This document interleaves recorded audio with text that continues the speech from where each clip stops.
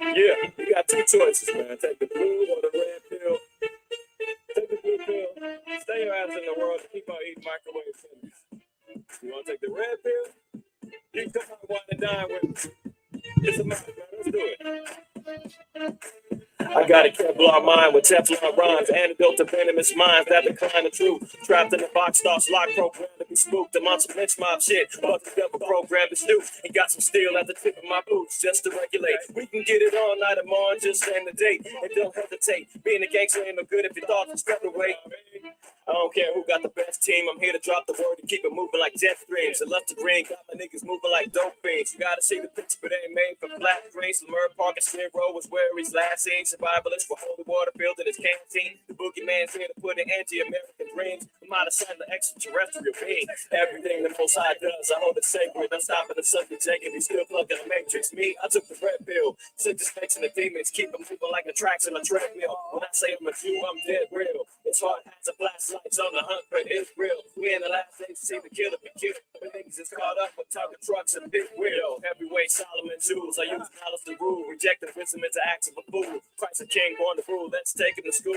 Open up the sword, baby. Let it do what it do. Simple as that. Van Helsing the rap. I swing lefty when I'm holding the bat. Righty when I'm holding the cat, man. On the highway to heaven, dipping out in the fast lane. I let my hair grow. OD'd on road game. Spit the hot shit, taking shots of propane. SOJ created our own lane. Facebook queen got the time for a dumb thing. Nowadays to be heard, I gotta be rude and profane. Dumb down my knowledge, make me look like I'm so lame. It's a trip of niggas with chump change, be so vain. It's the principle of truth. IQAhmath his first name. Come on, everything the Most High does, I hold it sacred. Don't stop in the sons of Jacob. You still plugged in the matrix. Me, I took the red pill. Shoot the snakes and the demons, keep them moving like a tracks in the treadmill. When I say I'm a true, I'm dead real. It's hard hats and flashlights on the hunt for Israel. We in the last days to see the killer be killed. But niggas is caught up with talking trucks and big wheels.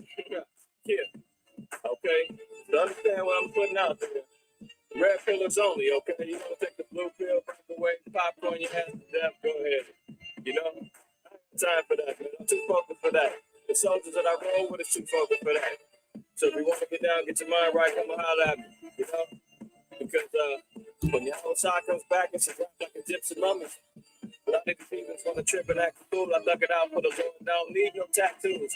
You drop bombs with the Bible while you stand there baffled. Looking like you see the ghost of what's on the host. Still keep the hood, crack the yak, and we can take a toast.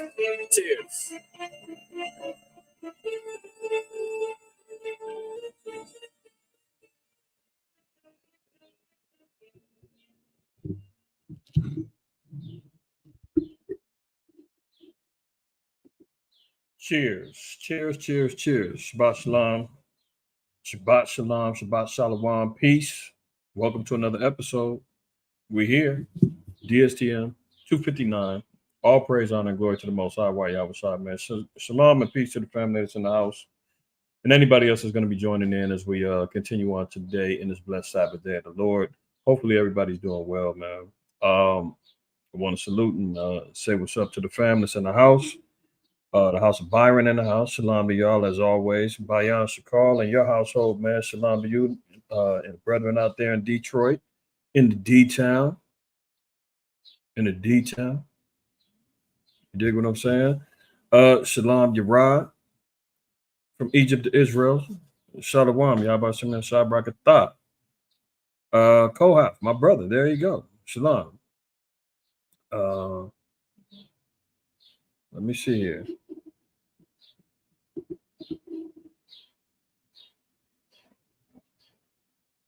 Oh yeah. Yeah. My little bros over there at Bow, man, they got a little taste of what it feels like to be interrupted rudely by YouTube. I talked to Rata earlier that day. He told me the lesson was going into, and I sent him a little bit of information.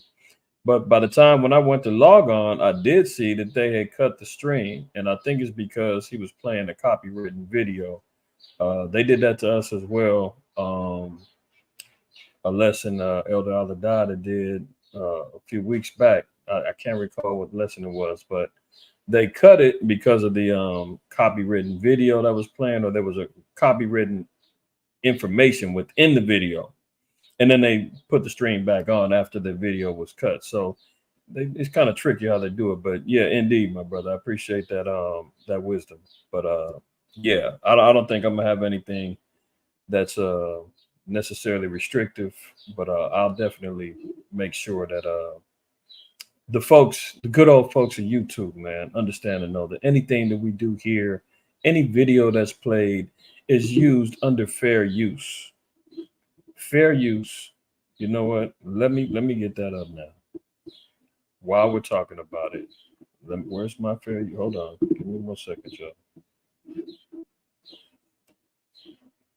Okay, that looks about right. Okay, so let me see if I can share this.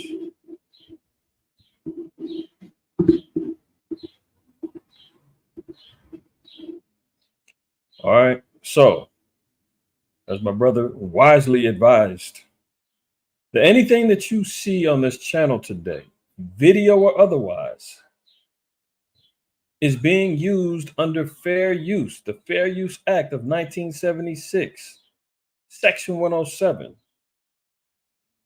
I'm not profiteering off of this. I'm not utilizing information, proclaiming it to be my own. I'm simply utilizing it for criticism or comments, news reporting, teaching, okay? Education and research.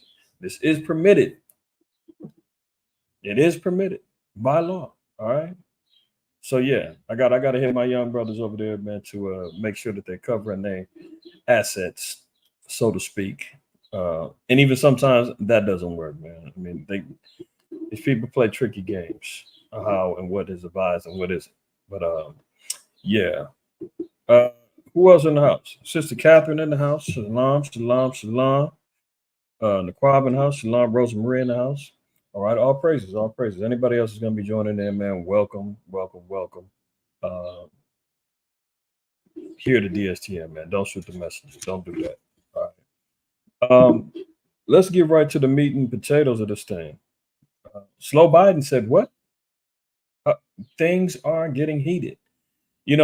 Obviously, our people are really caught up in trying to move in the spirit of things. They're still caught up in this Christmas spirit. Y'all know. There's a particular, and I said I wasn't going to do this, okay, I'm going to lightly tap, lightly tap, just a little bit. We know there's a whole spirit behind quote unquote Christmas, Saturnalia, the pagan custom, so forth and so on, right? And as y'all know, it's going viral throughout. It's going viral throughout Israel. There's a particular individual and his congregation that have been keeping the folly days of the world and transforming them into quote unquote Yahweh Shai's days, right? And gloating about how they can eat whatever they want to eat. And it's really disgusting.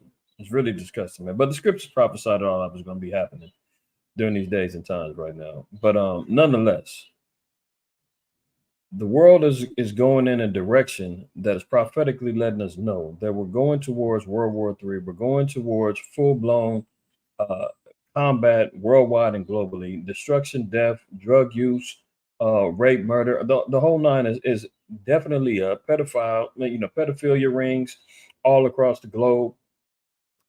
And a Negro's got enough time to be a scoffer and eating swine on camera and talking about, I'm going to eat this for you niggas out there that's Pharisees. That's more important. And that's what's on the individual's mind at this particular time, is how much you can gloat and scoff and defile yourself with unclean meats and, glorify how good it is and how you're going to show out even more the next time.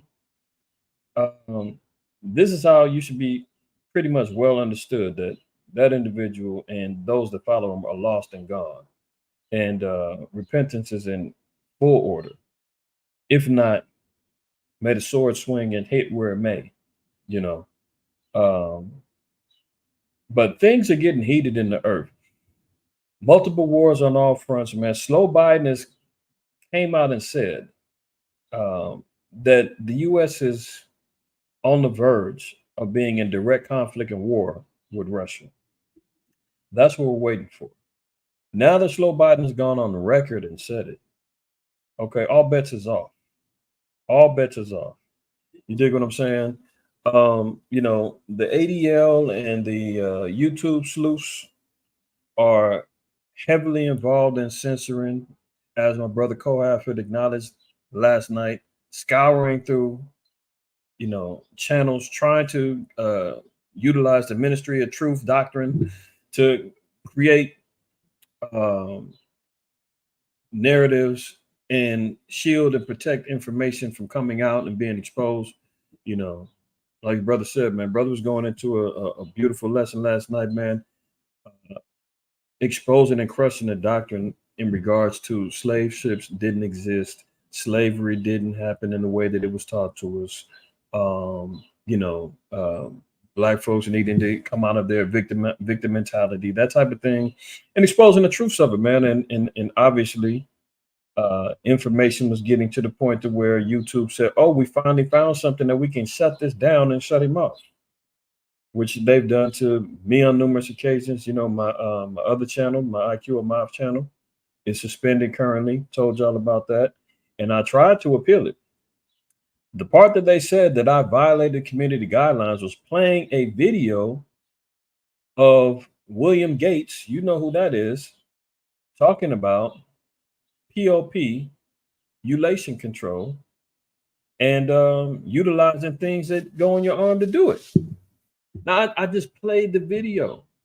Hardly any commentary from me until after the video was over. They cited a time frame. And I said, well, hold on. I got this video from YouTube. There's other channels that's playing this all over the place. I didn't create this video. I didn't make this up. I got it from your platform, from channels that you didn't suspend. So how are you suspending me for getting a video that's existing on your platform from other channels and saying I'm the one that's using it wrong? I didn't do anything but play it. I said, this is discriminatory. You know what they did? They sent an immediate response back from a bot and said, yeah, we thoroughly looked at your content and yeah, no, you're violating. So, you know, so much for that. So the discrimination is real.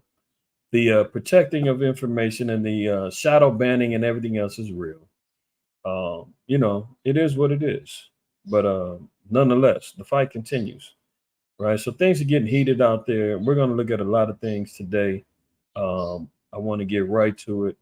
Shabbat shalom to the fam, man. Anybody else is popping up in here a little bit tardy? It's all good. Sister Denise, shalom to you, my sister. Appreciate you wiping your feet. Hopefully everybody else follows suit. All right.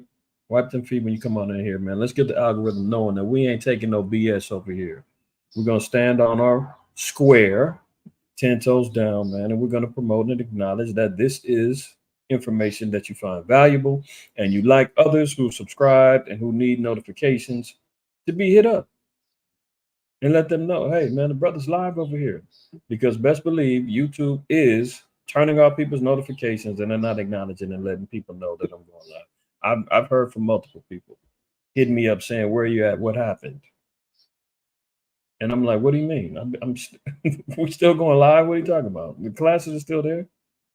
DSTMs are still there? They're like, oh, what? I didn't know. I'm not getting notified. So, you know, you already know, man. The fight is real. So let's get right to it. Let's get right to it, man. Osiah, shalom to you, right? Sister Denise, yes, Sister Catherine, you the water for the support. Always. All right. So let's get to it, y'all. First of all, man, let's look at a few scriptures and then we turn this up. And we're gonna get to the meat of the matter.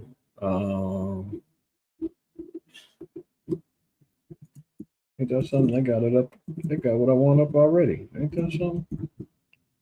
1 Peter 5. All right. So knowing the time that we're in, and you know what? Well, I'm looking at this. Hold on. Brother put it up there too. One thing. We're gonna put that up. Yeah. So brother, the Quad said, hey, Biden just signed an emergency weapons sale to Israel. That's true. That's true. Biden is pulling out all stops, man. This is his last hurrah. He's got what? Come next month, he's only gonna have maybe 10 months left in office. So he's battening down the hatches, man, setting up the sails. He's trying to ride this thing all the way. And he's going to let everything hang out. Executive orders are going to be signed, all the above, right? So let's look at this. First of all, where do we need to be at in the mind frame of Israel at this particular time? 1 Peter 5:8 says, be sober, be vigilant, because your adversary, the devil, as a roaring lion, walketh about seeking whom he may devour. The prowl is on. All the distractions is ready made. You know, our people is out there running around, can't wait for the countdown tomorrow. They're buying up the bottles right now. Black folks is out buying up black eyed peas. They're already contemplating about all their resolutions that they're going to, lie to themselves about for this next year, so-called next year, right? Our enemies is out plotting and planning, trying to figure out how they're going to coerce, how they're going to seduce, how they're going to lie and persuade people to vote the next puppet in, right? They're plotting and planning about how they're going to take over different aspects of business, economics, military, all that is being done.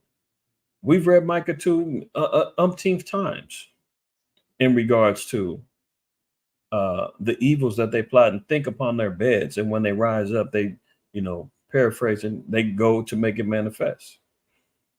So the Most High is letting us know to be sober and vigilant, meaning what? To be clear-minded and to be vigilant, meaning to always be aware.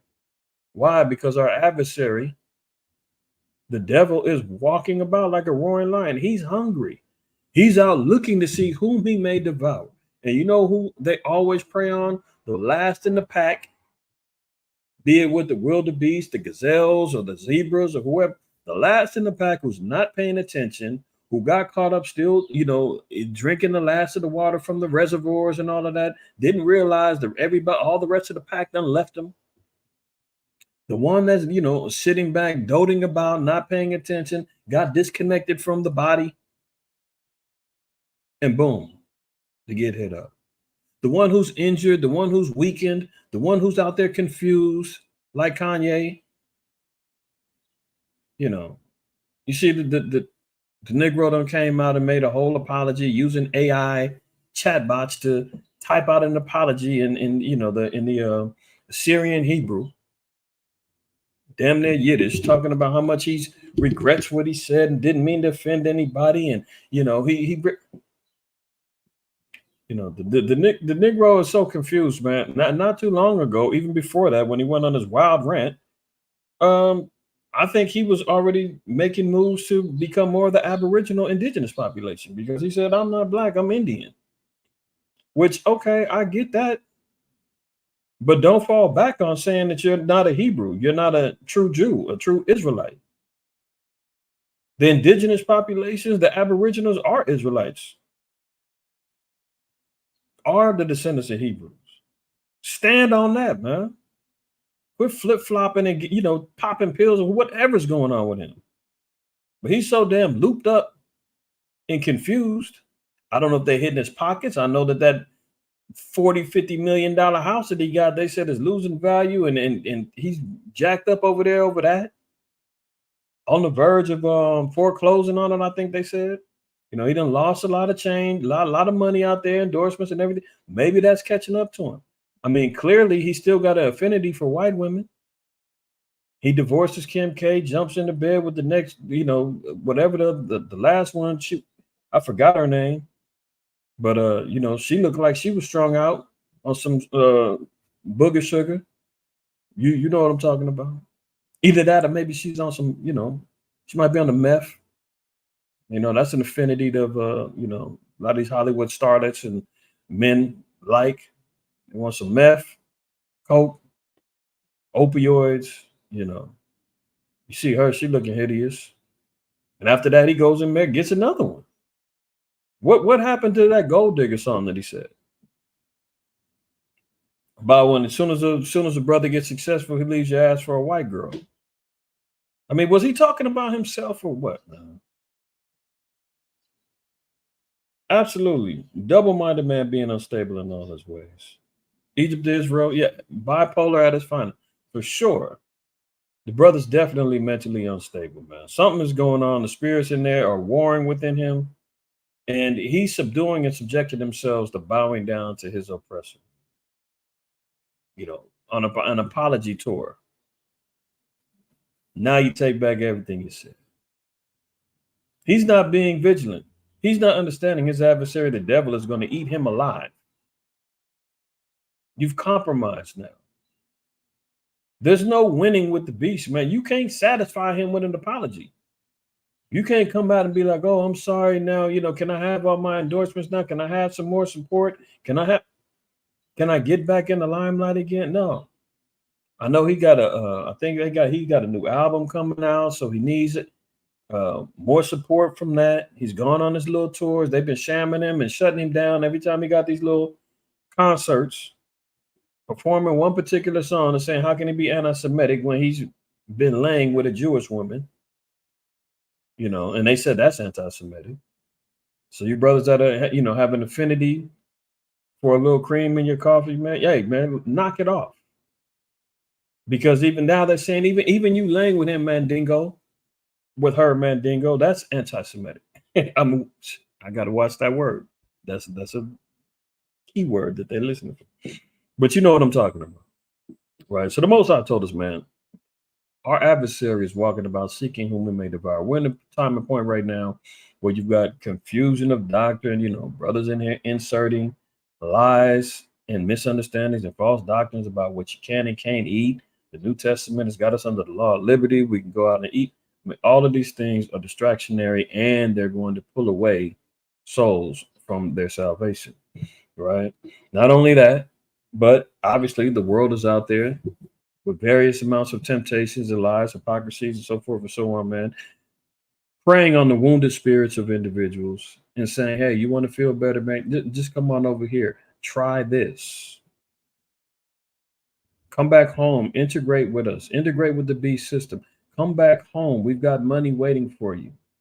Come back home. Don't you want to get high again?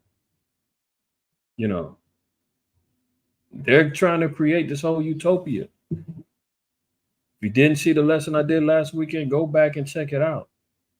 Agenda 2030 was 2021. They're trying to create, quote unquote, heaven on earth for the so-called white man to rule over and dominate even more. And they were trying to lure in people to think that that's where we need to be. Look at 1 Peter 4:7. It says, but the end of all things is at hand. It is as close as your hand is to your face, attached to your wrist. I'm not declaring and saying, oh, the end's here, we're getting ready to. No, I'm not saying. The end of all things is at hand, meaning what? That it is upon us. It's visible. It's understandably clear now. If you're looking, if you're watching, but the end of all things at hand.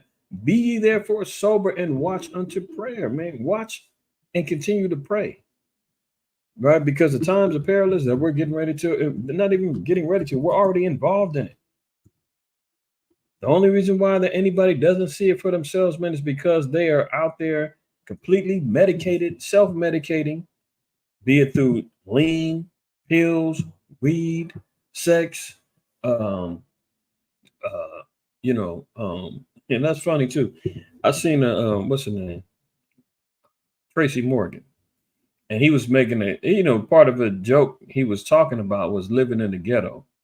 And he was saying, the reason why we have kids at such a young age is because of the traumas and things that we're seeing and witnessing in the ghettos. And he said, when we're young, we use sex as a sedative. And that's why we go out there to feel good. We're outside. We see all the hell that's going on. You come inside and we're popping out babies at 12, 13, 15, 16, because it's a sedative. It makes us feel good. It makes us feel better. It makes us, have an escapism. Now, he was saying it in a joke, and I can't do it the way he did because he was, added some other stuff up in there that made it funny. But It is a reality. These are things that create distractions for our people, you know? And next thing you know, man, we're getting overwhelmed and swamped with all hell and manners of oppression and death and murder and lies, deceptions, rape, murder, drug use. I mean, everything collapses within our nation. And we're too busy getting caught up in the feel good, don't realize that things have already passed us by and we get engulfed in it. So what do we need to do? We need to focus in on it and attend to those that are teaching and telling us what we need to be aware of. How do we need to make adjustments in our lives, i.e. repenting, right, in order to maintain a steady course. Jeremiah 28 says in verse 8, the prophets that have been before me and before thee of old prophesied both against many countries and against great kingdoms of war and of evil and of pestilence. See, if Kunye, and I'm back on calling him that, Kunye, you know, was really wise and really understood and knew his position and the voice that he has, he would be prophesying against these particular kingdoms like he tried to. But because of his lack of understanding, lack of knowledge, he's still intermingling himself with the heathen. He'll never come to the realization of really being able to stand firm 100% on who he is, who his people are, and really be a vigilant warrior for his people. He can't do it. He can't do it. You know, back when he first, you know, was getting caught up, and they had supposedly hospitalized him. When he popped out with blonde hair and was taking pictures with Trump, his white zaddy, you know, and starts throwing on the "Make America Great Again" hat. I mean, it's unfortunate, man. The brother's all over the place. He really needs help, and he really needs to really attend to seeking out some righteous men of the Lord, man, that's going to help pull him up out of the quagmire of confusion that he's in. But true men of the Most High says, and the true prophets of the Lord have a pedigree and have an understanding and a doctrine that needs to be taught. And that comes with prophesying against countries, kingdoms, prophesying and talking about war. How do we know that the churches are lying? Because the churches ain't talking about war. They ain't talking about evil. They ain't talking about pestilence. They're talking about feel good. They're talking about how they've been they're in the liberty of grace, and you can go out and do whatever you want to do, and you're going to be forgiven. Come as you are. The Pope just got through acknowledging, saying that he will acknowledge same-sex marriages under the guise of, as long as it's not done the same way of a traditional marriage. I mean, how are you even going to add your own little caveat on how you're going to accept things and not accept things? They won't even acknowledge that. That's how we know that they're not teaching anything out of the papacy, but lies and destructive doctrine. Christianity doing the same thing. The Lord said, if you got a true prophet, they're going to talk about these particular things. Guarantee you tomorrow they ain't going to talk about that in no damn church. At all, right? So we can forget about those things. Let's get to it. Let me open this up. Let's see here.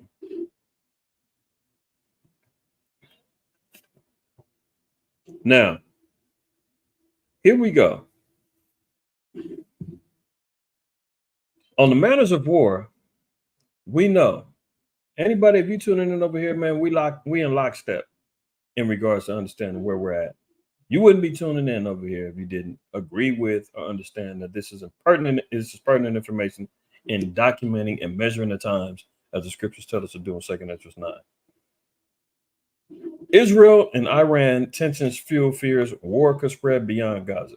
Now, the Israelis have proclaimed that they killed one of the top generals of Iran earlier this week, and Iran has vowed vengeance.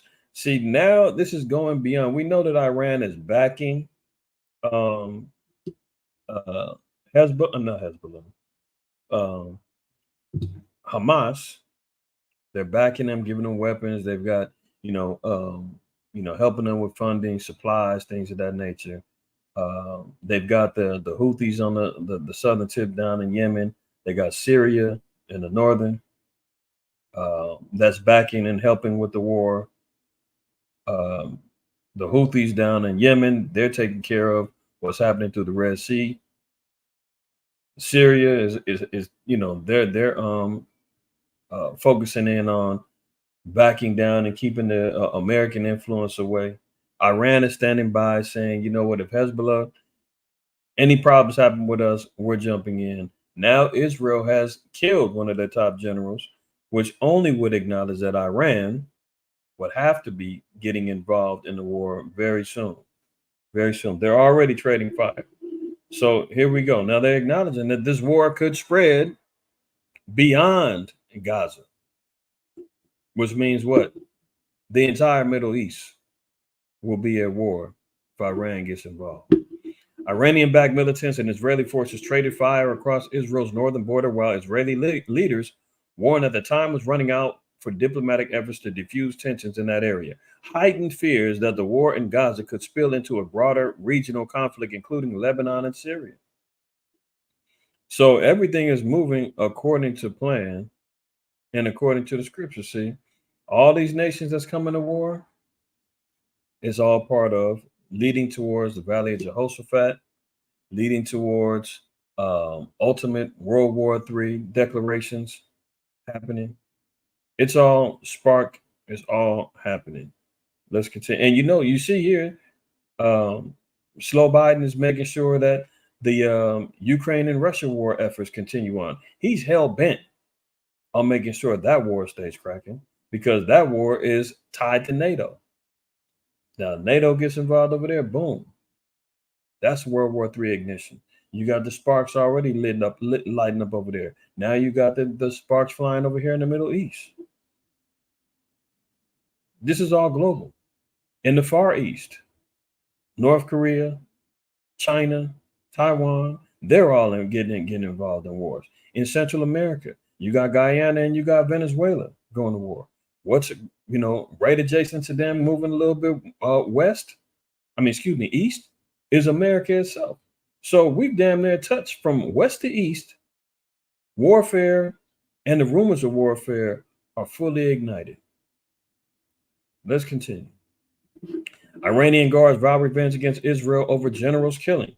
Iran's Islamic Revolutionary Guard Corps warned Israel on Wednesday that it or its allied groups would take, quote, direct action to avenge the killing of senior commander Razi Mousavi. The general was killed Monday in an Israeli missile strike near the Syrian capital, according to state media, at a time of heightened regional tensions around the Israel-Hamas war raging in Gaza. So it's moving beyond Gaza. Iran is now becoming more involved, and this is very key too as we continue on, because we're going to see how this is even going to play a part in Russia being involved with this conflict. Russia threatens to take U.S. military bases in NATO territory as chilling warning is issued. So now we're even seeing Russia now even coming out. This is it's not Putin saying this, but this is one of his, they quote unquote propagandists are saying that the next moves, according to his sources, is that Russia is going to be moving into occupied areas of Europe and NATO. Now we've been documenting seeing this. Germany's been on their heels talking about this is the next move. Poland has been on their heels talking about this is the next thing that's going to be happening. The Netherlands, they're all popping out saying once Putin is done with Ukraine, he's coming towards the rest of Eastern Europe. We'll see, but it's going down on record. A top Kremlin propagandist called on the U.S. to hand over its European military bases to Russia in a terrifying warning this week. Vladimir Solovyov, a Russian broadcaster, issued the demand during a recent TV segment. In a clip shared in X by Eastern European media outlet Nexta, Solovyov said Moscow should capture American bases in Germany, Italy, and Portugal. So, again, this isn't coming from military sources. This isn't coming from Putin. But this is coming from some propagandists who's trying to insert the idea, putting the spirit out there. And what is that doing? That's causing these other nations of NATO to fear. Now they're running around scrambling. We just got to seeing last week where Germany is deploying troops for the first time since World War II. So be it propaganda, be it not, when the rumors start spreading, what happens? People start taking action.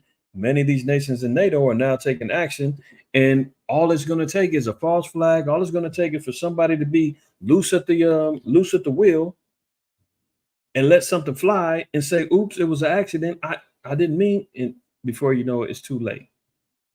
All hell breaks loose. All right, let's continue. Russia launches the biggest aerial barrage of the war and kills 30 civilians, the Ukrainians have said. So I think last week there was a big story about how the Ukrainians struck gold and hit a Russian warship, blew it up, and they were celebrating. They figured they scored big, right? The retaliation that Russia hit them with was like, "Oh, you want to play like that? We've really been playing nice with you. Now we're getting ready to start really letting you have it."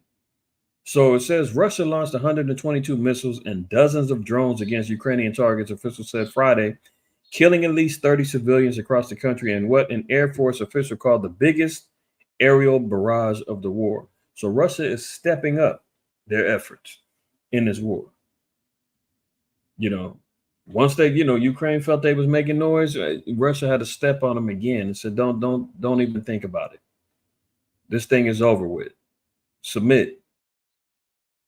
It says at least 144 people were wounded, interesting number, and an unknown number were buried under rubble during the roughly 18-hour onslaught. Ukrainian officials said a maternity hospital, apartment blocks, and schools were among the buildings reported damage across the Ukraine.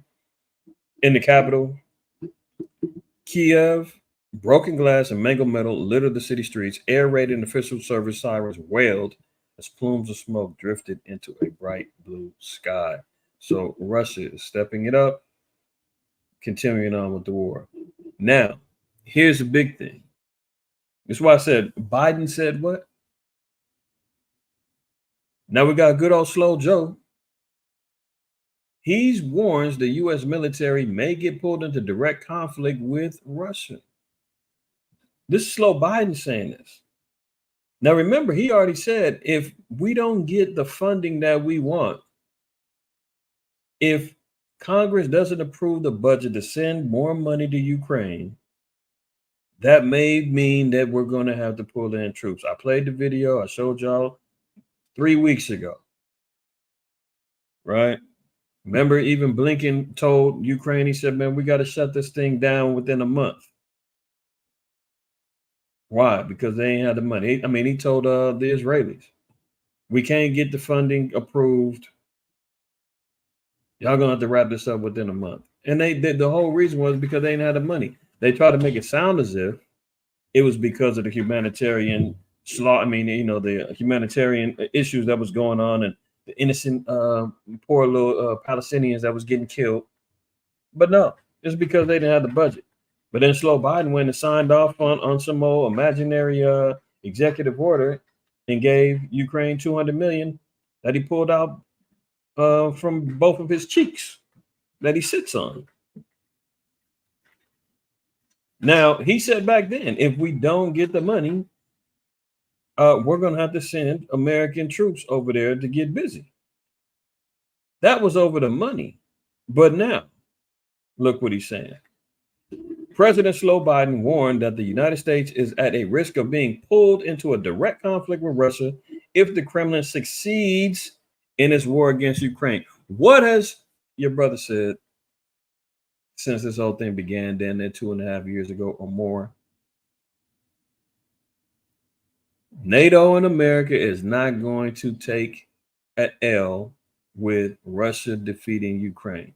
They're not going to say, hey, we tried, we put all the money that we could in, we sent all the money that we could. If things didn't work out, valiant effort, but hey, Ukraine, give Russia the land that they want, man. You guys need to go ahead on back home, man, and be under Putin's rulership. We tried, man. Y'all just couldn't pull it through. We're going to go back to business as normal. They were not going to do that. They couldn't give Russia that upper hand because that means that they would have even more influence and control globally throughout the earth. And America's not giving that up. As the great whore, that's prophesied. America's not going to give up that title. the central command of Satan, they ain't giving that up. So now Joe Biden has clearly came out and said, if Russia succeeds, which has already been clear, we've documented it, we've shown it, that the war in Ukraine is pretty much over. They out here recruiting old men, pulling them from barbershops, telling them, come on, suit up. Desperate. They ain't getting the money. Zelensky running around panhandling, doing something strange for some change to get some more money. You dig what I'm saying? And what? Russia's saying this thing is over with. Ukraine was saying it's over with. The generals were saying it's a wrap, man. But Zelensky, we're getting ready to get rid of him. So now, because all the writing is on the wall, Slow Biden is popping out saying, well, if that happens, the U.S. is going to get pulled into a direct conflict with Russia. And how's that sound when we read about these particular issues coming out of the Holy Scriptures? Things are getting heated. Biden's statement follows Russia's massive aerial attack across Ukraine on Friday. Kiev Air Force officials said that about 110 missiles struck Ukraine, hitting hospitals, residents. That's what we just got to reading about. But let's look at Slow Biden's quote. Quote, overnight, Russia launched its largest aerial assault on Ukraine since this war began. Biden said in a statement released Friday, it is a stark reminder to the world that after nearly 2 years of this devastating war, Putin's objective remains unchanged. He seeks to obliterate Ukraine and subjugate its people. He must be stopped. So Slow Biden has came out and clearly said, Russia has to be stopped. And who's the one who's going to pull out their red, white, and blue cape and suit up and try to save the world, according to the narrative that American media and the government is putting out there? In order to save the world, guess who's got to come to the rescue? Captain Save-A-Ho, Slow Biden in America, the mother of harlots, Babylon the Great, spiritual Egypt and Sodom. The list goes on and on. The great city. He's acknowledged. He's saying we got to stop them.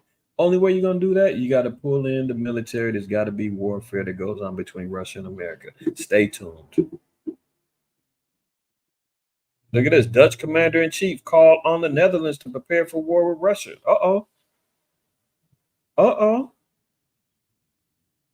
NATO-aligned countries, as in Poland, as I mentioned before, Poland, we just seen what? Germany last week said that they were deploying their troops for the first time since World War II. The Netherlands saying they got to get ready for war with Russia. Poland saying they shifting gears and trying to defend their borders now. Now America's coming out saying it. Need any more proof? Of where we're headed? NATO's got 30 or more countries in their coalition, and they all have to get each other's back under the Article 5 agreement, which means that if any NATO country becomes involved in a war or threatened, they will defend each other. So now you're talking about Russia going up against America and 29 other countries. And we know that Russia isn't alone. They've got their own coalition between China, Saudi Arabia, Iran, Syria, Turkey, and various others in Central America, South America, that have aligned themselves with Russia, Cuba. You feel me? So this is where we're going when we're talking about world war. All right. So here, the Netherlands saying they got to get prepared. So now the word is out. Let's read down here. It says the Netherlands needs to learn that the entire society needs to be prepared for when things go wrong. Is there any reason why we see Mark Zuckerberg, among others of the elites, building and spending millions upon millions for bunkers? Is there any other reason why we're seeing preparatory companies, storable foods, weapon sales, all this other stuff skyrocketing over the last year and some change? All those sales coming up. You think they know something that we don't? You know, but the Negroes too busy running around, man, going out trying to go buy fireworks, black eyed peas, and ham. They're too busy worried about trying to go buy apple cider. Not apple cider. What is it? What do you call them? Yeah, is it? Yeah, cider, apple cider for the kids to pop the bottle. I'm thinking about apple cider vinegar, but they do have the apple cider, the little fake champagne. You know, ready to go pop some bottles, man. Setting their alarm clocks to count down. They're too busy on that, right? You understand what I'm saying? And here's what the world is preparing for that. The niggas in New York is preparing for the ball to drop.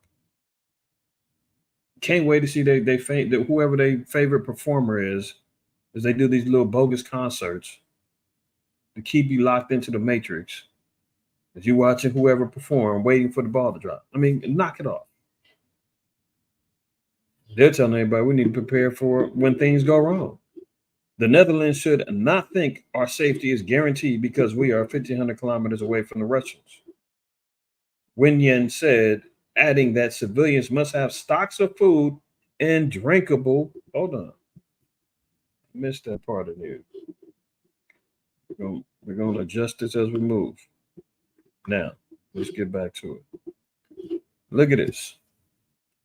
Adding that civilians must have stocks of food and drinkable water for emergencies. So the commander-in-chief of the Netherlands is telling everybody what they need to be prepared for. Take a hint if you want to.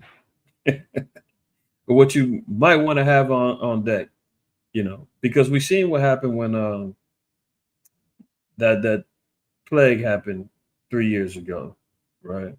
People flooding to the nearest Costco, Sam's Club, Walmart, wherever. Toilet paper out of stock. People hoarding meat, food, canned good, everything else, man. Water being sold out.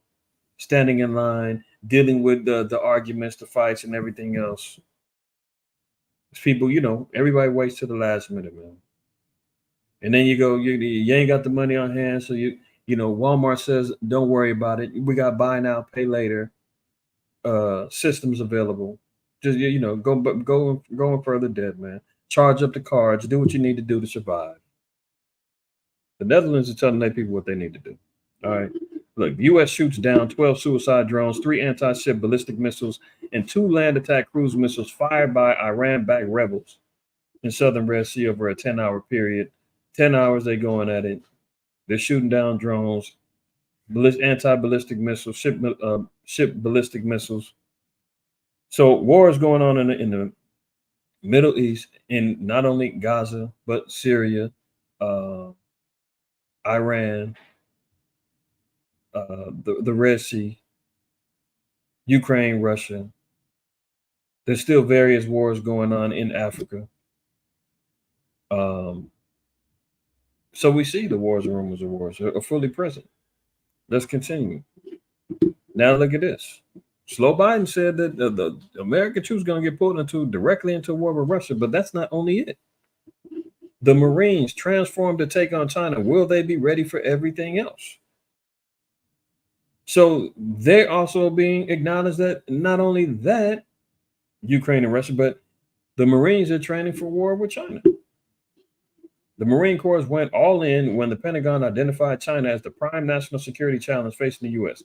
To meet it, the Marines in 2020 proclaimed a thoroughgoing transformation under, quote, Force Design 2030. Do I need to say that moment? Force Design 2030. Agenda 2030. China says they're going to go to war with Taiwan if they don't submit by 2027.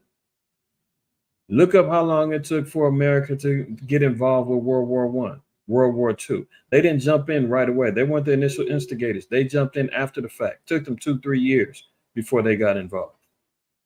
Follow the pattern. You understand? Nothing new under the sun. Under Force Design 2030, the Corps would do away with its tanks make other cuts, and devote fewer resources for its long-held mission as the nation's premier crisis response force. Instead, the focus would be on China, with small teams of missile-toting Marines hopping from island to island in the Western Pacific to attack the Chinese fleet in the conflict. So they're already acknowledging how war is going to go down when they're trying to defend Taiwan from China. It's already there. Look, fears are rising of a widened Middle East war, and U.S. troops are on the firing line. Are in the firing line. Hello? So U.S. troops are already involved. They're in the firing line. Slow Biden is just giving you the back end saying that this is going to happen. They're already getting involved. They're already in the firing line. They're already in the crosshairs. Slow Biden is just telling us the obvious of what's going to happen in the very near future. Escalating attacks on U.S. troops in commercial shipping and incidents often involving Iran and its proxies are causing new concerns that Israel's war in Gaza could widen into a regional conflagration with grave political and economic consequences. Did you hear that? Grave political and economic consequences. So that lets us know economically there's going to be changes.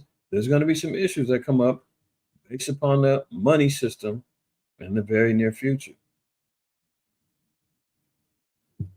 All goes back to things we've been discussing, talked about for a long time now. Long time. With American service personnel increasingly in a dangerous firing line, and the U.S. and allied naval assets on high alert after multiple drone attacks, the deteriorating situation is leading to a tense holiday period for the White House. From Egypt to Israel, there you go. I had it ready to go. You in the spirit. You in the spirit. North Korea's Kim orders military to accelerate war preparations. I mean, how much more do we have to say it? What more do you need to see? What more do we need to see? I mean, look. Let's go to 2nd Ezra 9, as we should. Oops.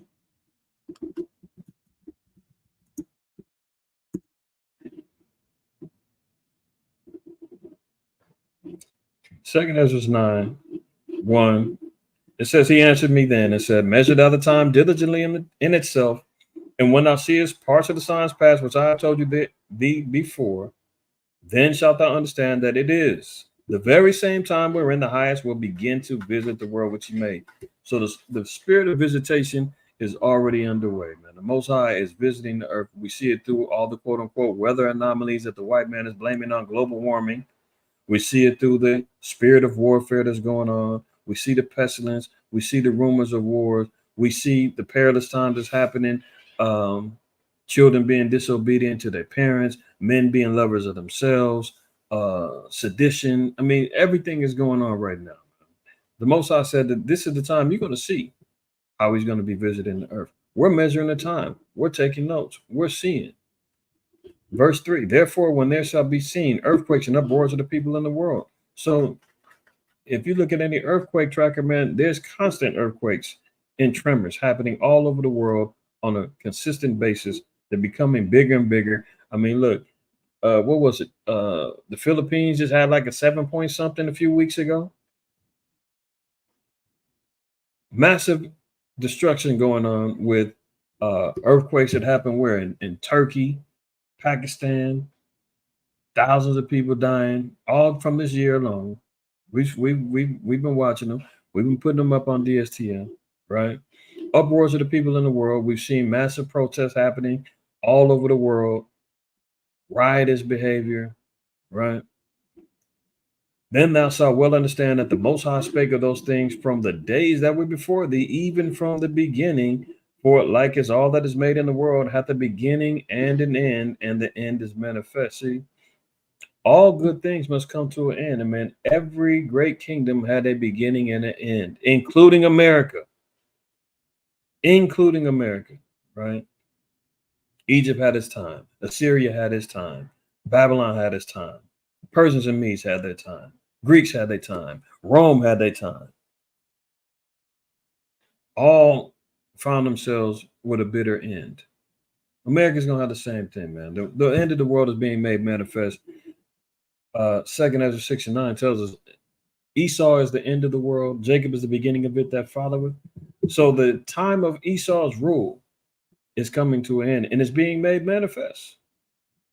We're seeing it all right here. Even verse 6, even so the times also the highest have plain beginnings in wonder and powerful works and endings in effects and signs.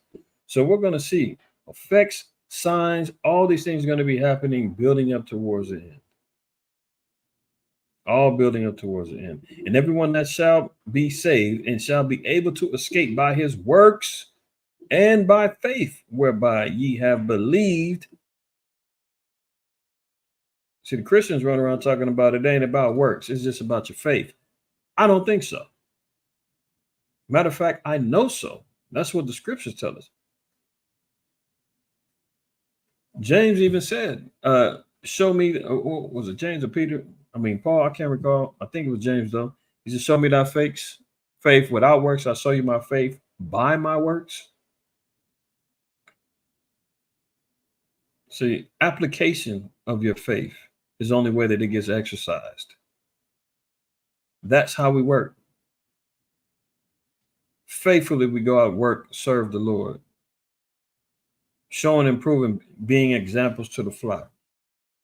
The Lord said that's how we're going to be escaped, by his works and by faith.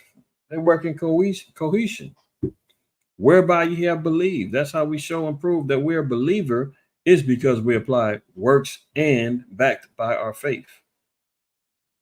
Verse 8, it says, shall be saved from the said perils, and shall see my salvation in my land and within my borders, for I have sanctified them for me from the beginning. See, these are all things that we're gonna see. So here we're seeing North Korea now is ordering their military to accelerate war preparations. Kim Jong-un just got through threatening to nuke America if they got out of pocket a week or two ago. North Korea leader Kim Jong-un has ordered his country's military, munitions industry, and nuclear weapons sector to accelerate war preparations to counter what he called unprecedented confrontational moves by the U.S. state media, said on Thursday. Speaking on the policy directions for the new year at a key meeting of the country's ruling party on Wednesday, Kim also said Pyongyang would expand strategic cooperation with anti-imperialist independent countries. So they're looking to work together in cooperation with anti-imperialist independent countries. What does that mean? Any of these other countries that don't want to be part of America and the Great Horn anymore, which we see in Revelation 17:16, tells us that the 10 horns are going to hate the horde. Now, North Korea is not part of the 10 horns, but they're going to appeal to the other 10 horns for help. Remember, Kim Jong-un some months back said he was pledging his complete allegiance to Russia.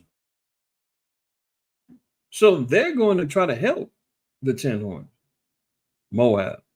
You know, we read in history all the time how Moab is always trying to align themselves and be close to Esau. Moab and Ammon, right? See, look at that. Verse 16. And the 10 horns which thou sawest upon the beast, these shall hate the whore. See, the EU, NATO, they're going to turn their back on America. They're going to say enough is enough.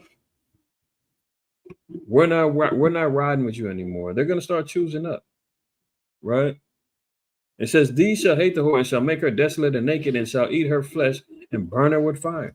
So there's going to be an insurrection that happens within this coalition.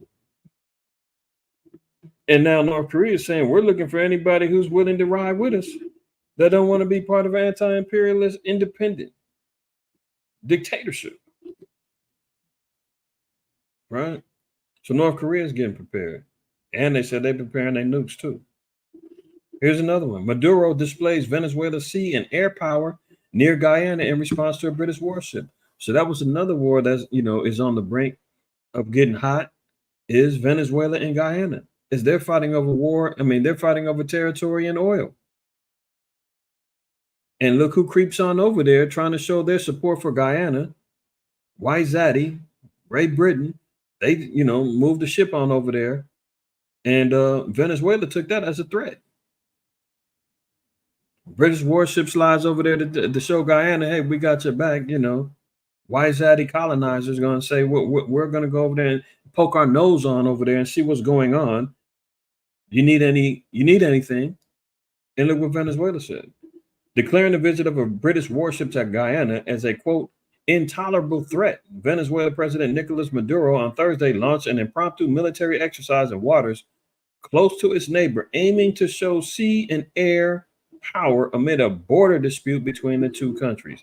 While providing few details about the extent and duration of the exercise, the Venezuelan military said that its initial phase included the participation of about a dozen war vessels, including gunboats and supply ships, and twice as many planes, including fighter jets, in the Gulf of Paria, west of Trinidad, and in front of the Orinoco Delta, west of Guyana. So Venezuela stepping up against Guyana, and they're letting the British know we ain't backing down even when you bring your white butt over here or your red butt over here, right? So we're seeing it all here. Which is very interesting. When we're seeing all these things, and we got to start looking at instances of warfare that's going to be happening. And let's drop down, and looking at Joel, and let's read chapter 3, verse 9. And this is talking about the Valley of Jehoshaphat, right? Valley of Judgment. This is the place where all nations are going to be coming to warfare and destruction, ultimately World War III, right? And look at this. Proclaim ye this among the Gentiles. Prepare war. Wake up the mighty men. Let all the men of war draw nigh. Let them come up. Are we not seeing that and reading about that on a consistent basis, and even more broadening and expanding as preparations for war are now becoming the norm when it comes down to particular headlines? Verse 10 says, beat your plowshares into swords and your pruning hooks into spears. Let the weak say, I am strong. I mean, a prime example of that is Ukraine with their recruitment efforts. They're taking any Igor, any Vladimir, any one of these guys, man, and telling them, hey, suit up. We need you in here. We're getting our butts kicked. Beat your plowshares and the swords, your pruning hooks, put down the barber, scissors and the clippers. Take this AK-47, man, and let's go. Hey, but I'm weak. No, you're a soldier now. Throw the vest on, put on all your effects. Here, we're gonna give you some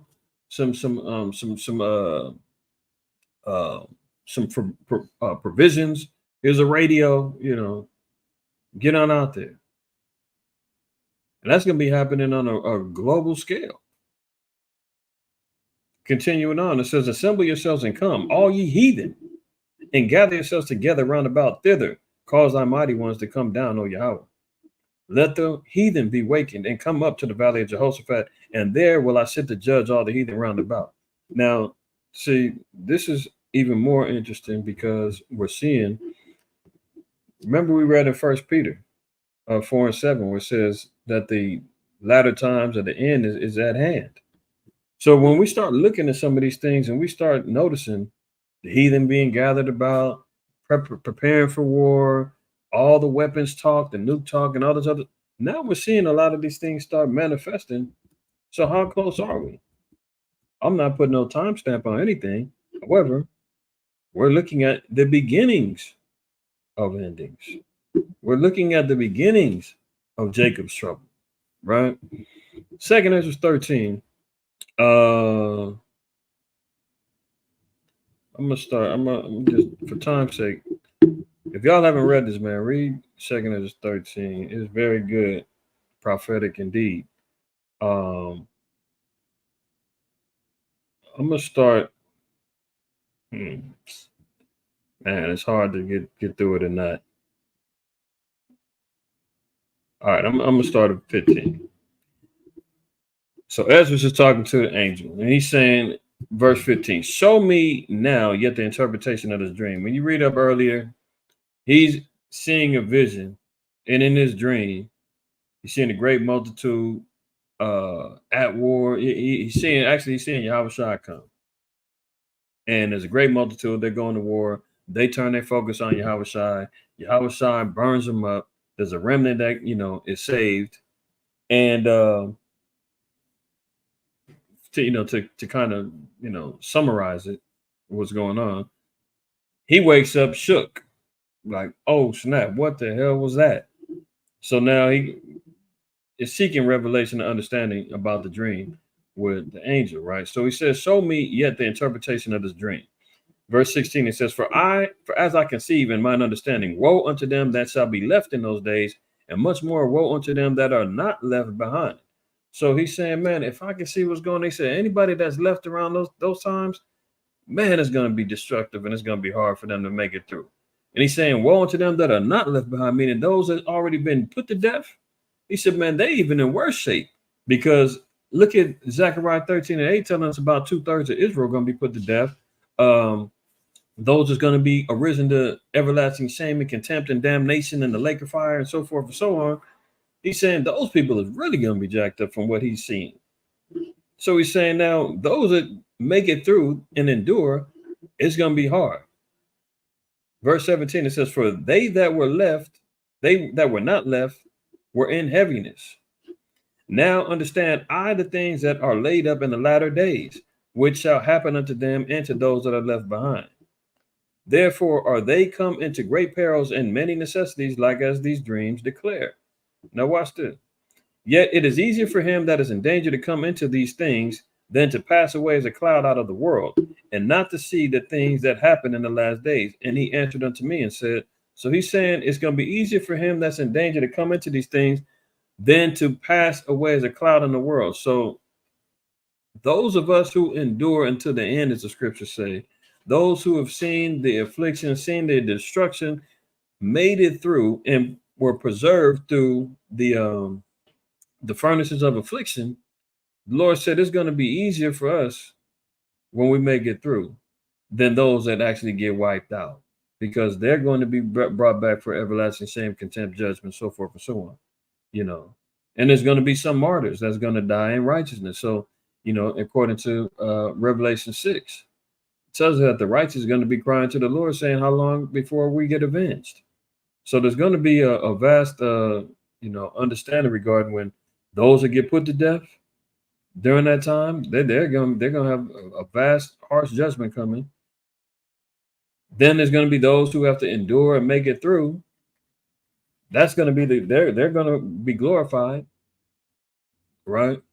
It says, and he answered me and said, the interpretation of the vision shall I show thee, and I will open unto thee the thing that thou hast required. So now he's going to get the understanding. Whereas thou hast spoken of them that are left behind, this is the interpretation. He that shall endure the peril in that time have kept himself. They that be fallen into danger are such as have works and have faith toward the Almighty. You see that? So it's saying he that endured the peril in that time have kept himself.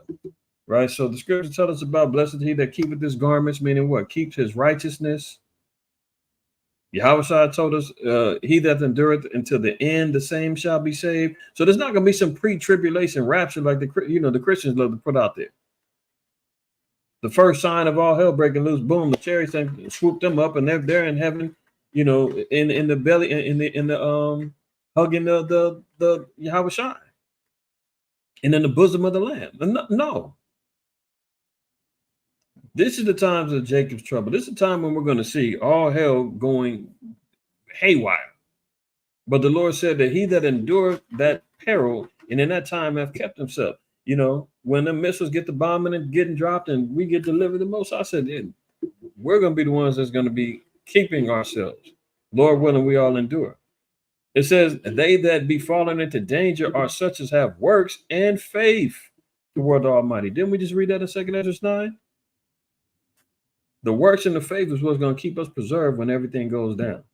Continuing on, it says, now, this therefore, that they which be left behind are more blessed than they that be dead.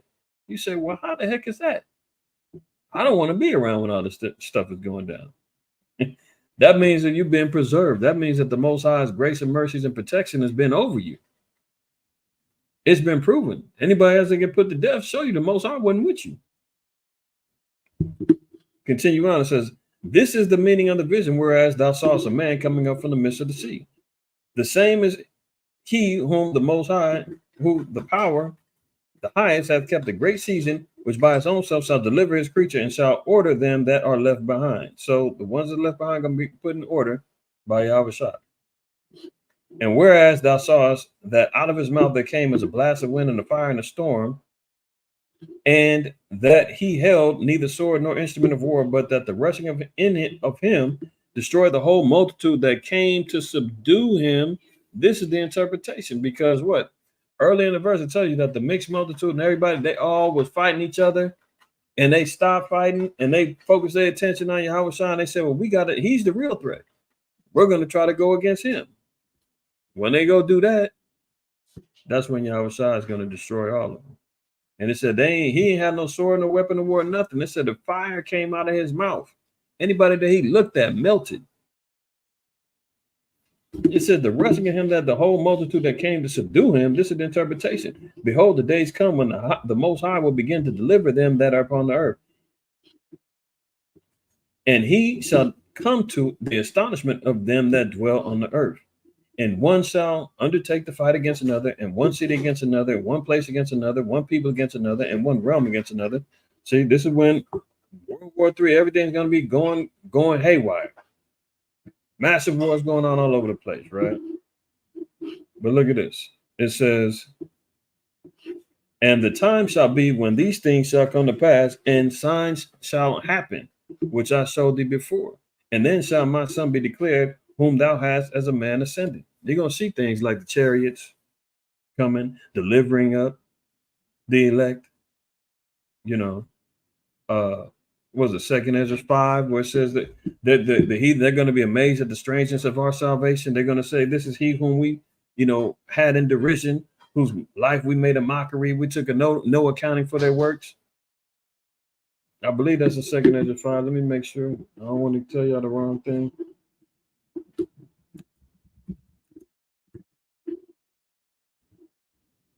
No. 2 Ezra 5, though, it is still talking about one of the trumpets, but that's not the one. I want it might be Wisdom of Solomon 5. Wisdom of Solomon.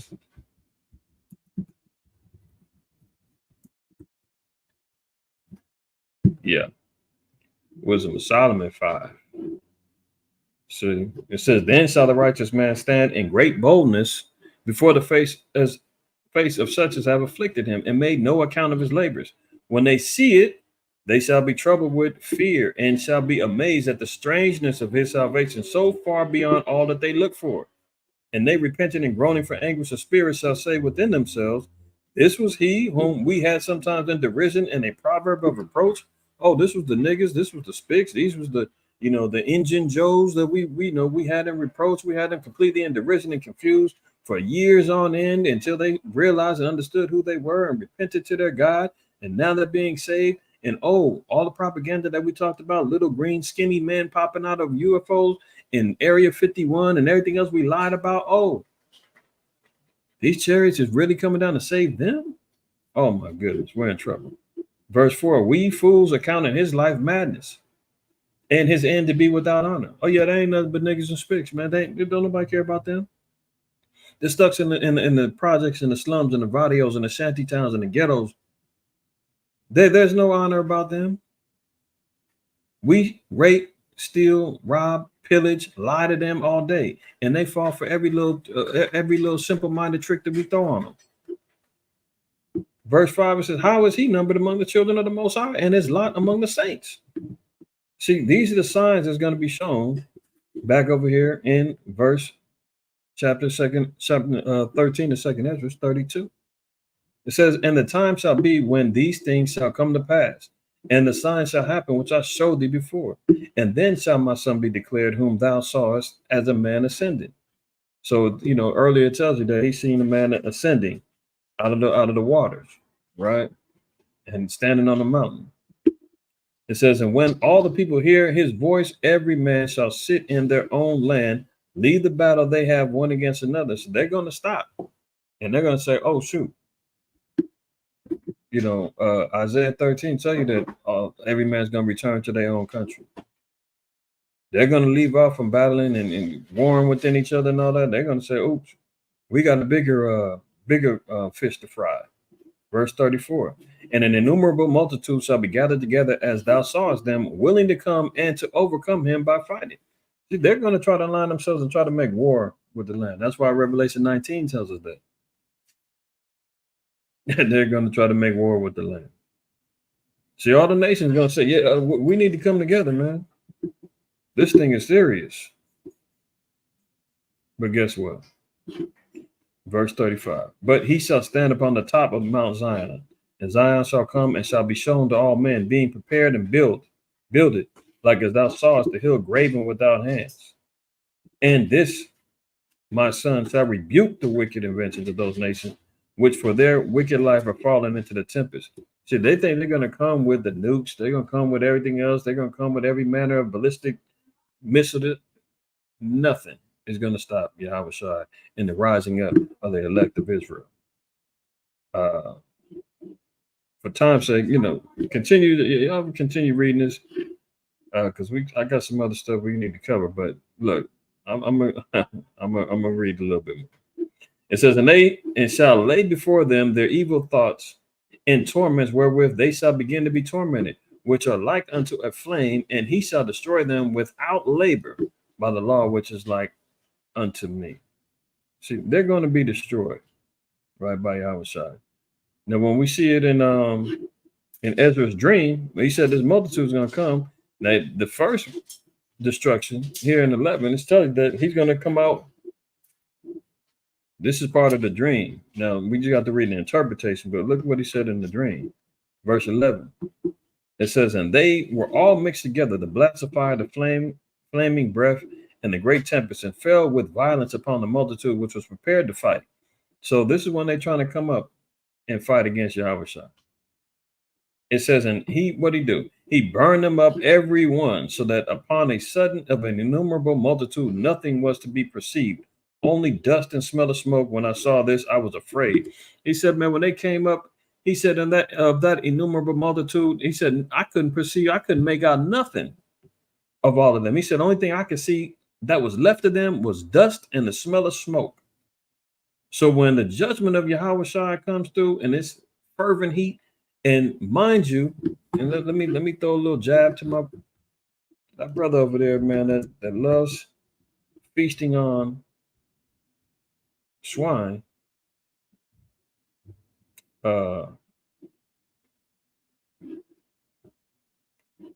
Isaiah 66, and I want to read, where is it at? Is it 66? It should be 66. Let me see.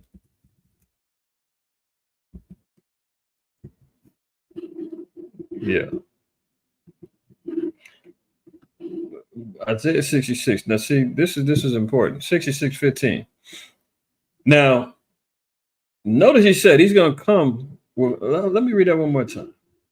It says, and they were all mixed together, the blast of fire, the flaming breath, and the great tempest, and fell with violence upon the multitude which was prepared to fight, and burned them up every one, so that upon a sudden of an innumerable multitude, nothing was to be perceived. So he said, of this much multitude, man, everybody tried to rise up against Yahushua to fight him. He said, I couldn't, after he burnt their asses up, I couldn't make out nothing out of them. He said, the only thing I could see was dust and the smell of smoke. He said, when he saw that, I was afraid. Now, Isaiah 66, verse 15, it says, for behold, Yahweh shall come with fire, and with his chariots like a whirlwind, to render his anger with fury and his rebuke with flames of fire. For by fire and by his sword will Yahweh plead with all flesh, and the slain of Yahweh shall be many. So when the judgment of the Lord goes forth, which he sends Yahweh Shai to lay forth judgment on the earth, he said the slain is going to be many. They that sanctify themselves and purify themselves in the gardens behind one tree in the midst, meaning what? These gardens are the doctrines, these gardens are the ways of the heathen. So how do we know that? Let me get you one more precept. How do we know that? Jeremiah 3.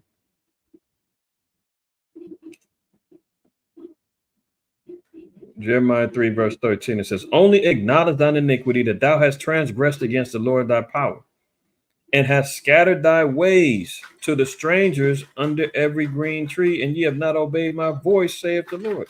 So how do we scatter our ways to the strangers of every green tree? The ways, the doctrines, the philosophies, the idol worship, the paganistic customs. These are the ways of the strangers. And they were looked at as green trees. They were looked at in metaphorical standpoints. You understand? So when we're seeing the Most High say in Isaiah 66 that the slain of the Lord is going to be many, and it says, they that sanctify themselves and purify themselves in the gardens behind one tree in the midst, meaning what? They're going to hide behind the ways of the heathen. They're not going to give them up. They're going to continue on with their evil ways. What's going to happen? Eating swine's flesh and the abomination and the mouse shall be consumed together, saith the Most High Yahweh. So judgment is going to happen. Harsh judgment, flames of fire. Ain't nothing going to be left of them but dust and the smell of smoke. Continuing on, it says back in 2nd Ezra 13, it says, afterwards saw I the same man come down from the mountain and call unto him another peaceable multitude. Right? So what we got, the sheep and the goats, the wheat and the tares. You understand? Verse 13, and there came much people unto him, whereof some were glad, some were sorry. Well, who are the ones that are glad? Yeah, these gonna be the Israelites that have been preserved from said destructions, the ones that made it through the affliction. Glad, finally joyous, man. We finally made it. But some's gonna be sorry. Why are they gonna be sorry? They just made it through being burnt up and destroyed. Oh, here's why. And some of them were bound, and some of them that were offered. So some of them is going into captivity. That's why they're sorry. Isaiah 14, Revelation 13, 9 and 10, so forth and so on, right? Isaiah 60. They're going into bondage. You're going into captivity. They ain't gonna like it. All right. So we're going through all of these things, seeing the preparations of war and everything else going on, because this is the past. I mean, this is the pattern that this is all leading up to. You understand? So let's continue on. I want to get to a couple more things, and then hopefully we can come to a consensus of understanding of where we're at. On guard, Europe is on alert for New Year's Eve terror as France deploys 90,000 cops amid very high risk of attacks. So that's the next thing that they're pumping up right now. They're fearful of terror attacks. They're fearful of Palestinian protests, Israeli, this, that, and the third. 90,000 cops on the streets in France, prepared for any type of attack or any type of terror alerts or whatever the case may be. You know, that's why the Most High is called the King of Terrors, man, because he got Esau shaking in his damn boots. 90,000 cops in the streets of France, man. France is the size of like the Midwest here in America. You put a few of the states together, man, you got the size of France. I mean, that 90,000 cops is all over the place. As they keep on talking about terror attacks, what we need to be looking for is, false flags and things of that nature. You understand? So these are all the things that they're preparing for. Not only they're talking about it here in America and worried about terror attacks going to be happening. They do that all the time. Now, here's another thing. Want to keep this in mind. Remember, starting January 1st, next week, the BRICS economy between Brazil, Russia, India, China, South Africa, they've aligned themselves and signed off on agreements to allow other countries to come on aboard, such as Iran, Arabia, the United Arab Emirates, uh, Egypt. Uh, there's a couple more, two more, I believe, but they're all in lockstep with breaking free from utilizing the US dollar as the world reserve currency. So, what does that mean? The dollar right now is what the basis is of trade, is the acceptable monetary money when it comes down to trade, stocks, everything else. Now you've got countries that are saying we don't need and don't want to use the dollar no more. We're going to utilize our own currency base. We've got our own payment systems that we're going to use, right? So when you do that, that creates devaluation of the U.S. dollar. Now the dollar ain't as important as it used to be. When other countries are saying, "Man, the hell with your dollar. I don't need it. I don't want it." We got a whole new way we're going to operate. That's going to bring in economic problems for the U.S. come next year. And you know how America maintains their hold on making sure everybody stays in line? War. Soon as somebody doesn't like something that goes on with America, America says, "Oh, you don't like it? Okay, guess what? We're gonna go to war, and we're gonna make you need this dollar. We're gonna destroy, destabilize your economy. We're gonna destroy and destabilize your country. We're gonna go ahead and throw in our own little puppet masters that's gonna go in alignment with the ways of the beast." So that's why these wars are going to continue. That's why they're going to continually escalate, because America does not want to lose a grip on world economy. So Russia, Iran officially ditched the U.S. dollar for trade. Saudi Arabia then already backed away and said we're not utilizing the American dollar as the sole way that you can buy our oil. We're going to take payments of all other type of economies. So what's that mean? Oh, America's going to say, "Well, what you mean our dollar ain't as important?" Well, hold on. The petrodollar, man, that's what keeps our economy booming. We can't have that. So we'll see how that plans out, right? But it says members of the Russian-led Eurasian Economic Union signed a fully fledged free trade agreement with Iran on December 25th. Iran has become increasingly important for the Kremlin after Western sanctions over Moscow's conflict in Ukraine limited Russia's foreign trade routes and forced it to look for markets outside of Europe. Iranian authorities have said military cooperation with Russia is expanding. Iran said in November it had finalized arrangements for Russia to provide it with Su-35 fighter jets, Mi-28 attack helicopters, and Yak-130 pilot training aircraft. Why does this sound familiar? It says Iran has become increasingly important for the Kremlin after Western sanctions over Moscow's conflict in the Ukraine, right? And Iran authorities said that Russia's given them jets, helicopters, and pilot training. Well, that all goes along with, you guessed it, you know where I'm going.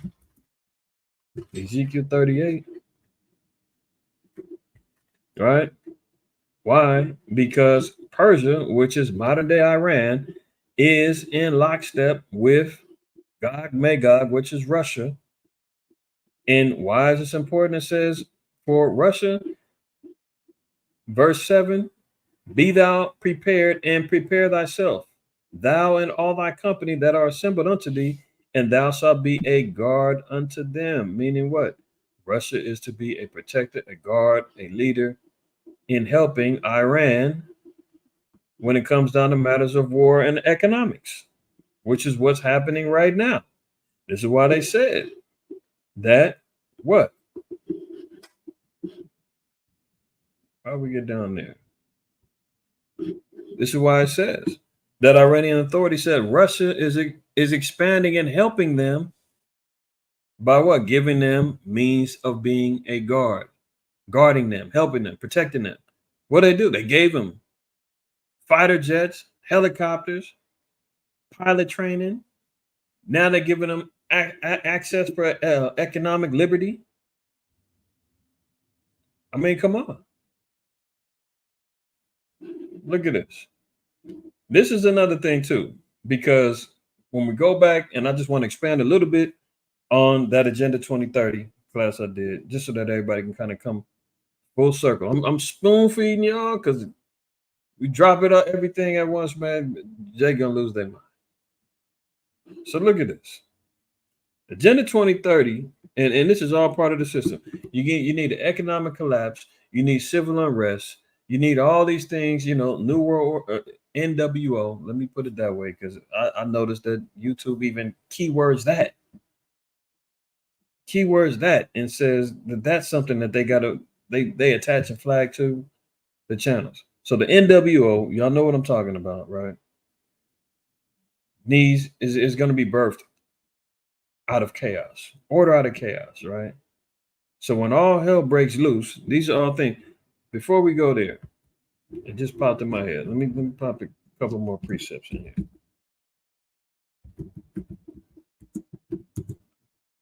So I always spell Ecclesiastes wrong.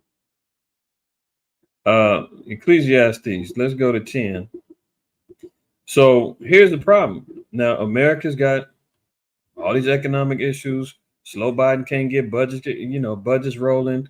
They're $33 trillion in debt. You've got a number of different countries who are breaking free, saying we don't need and don't want your dollar no more, your little stinking dollar. We don't want it. We're doing our own thing. So what is that going to mean for America?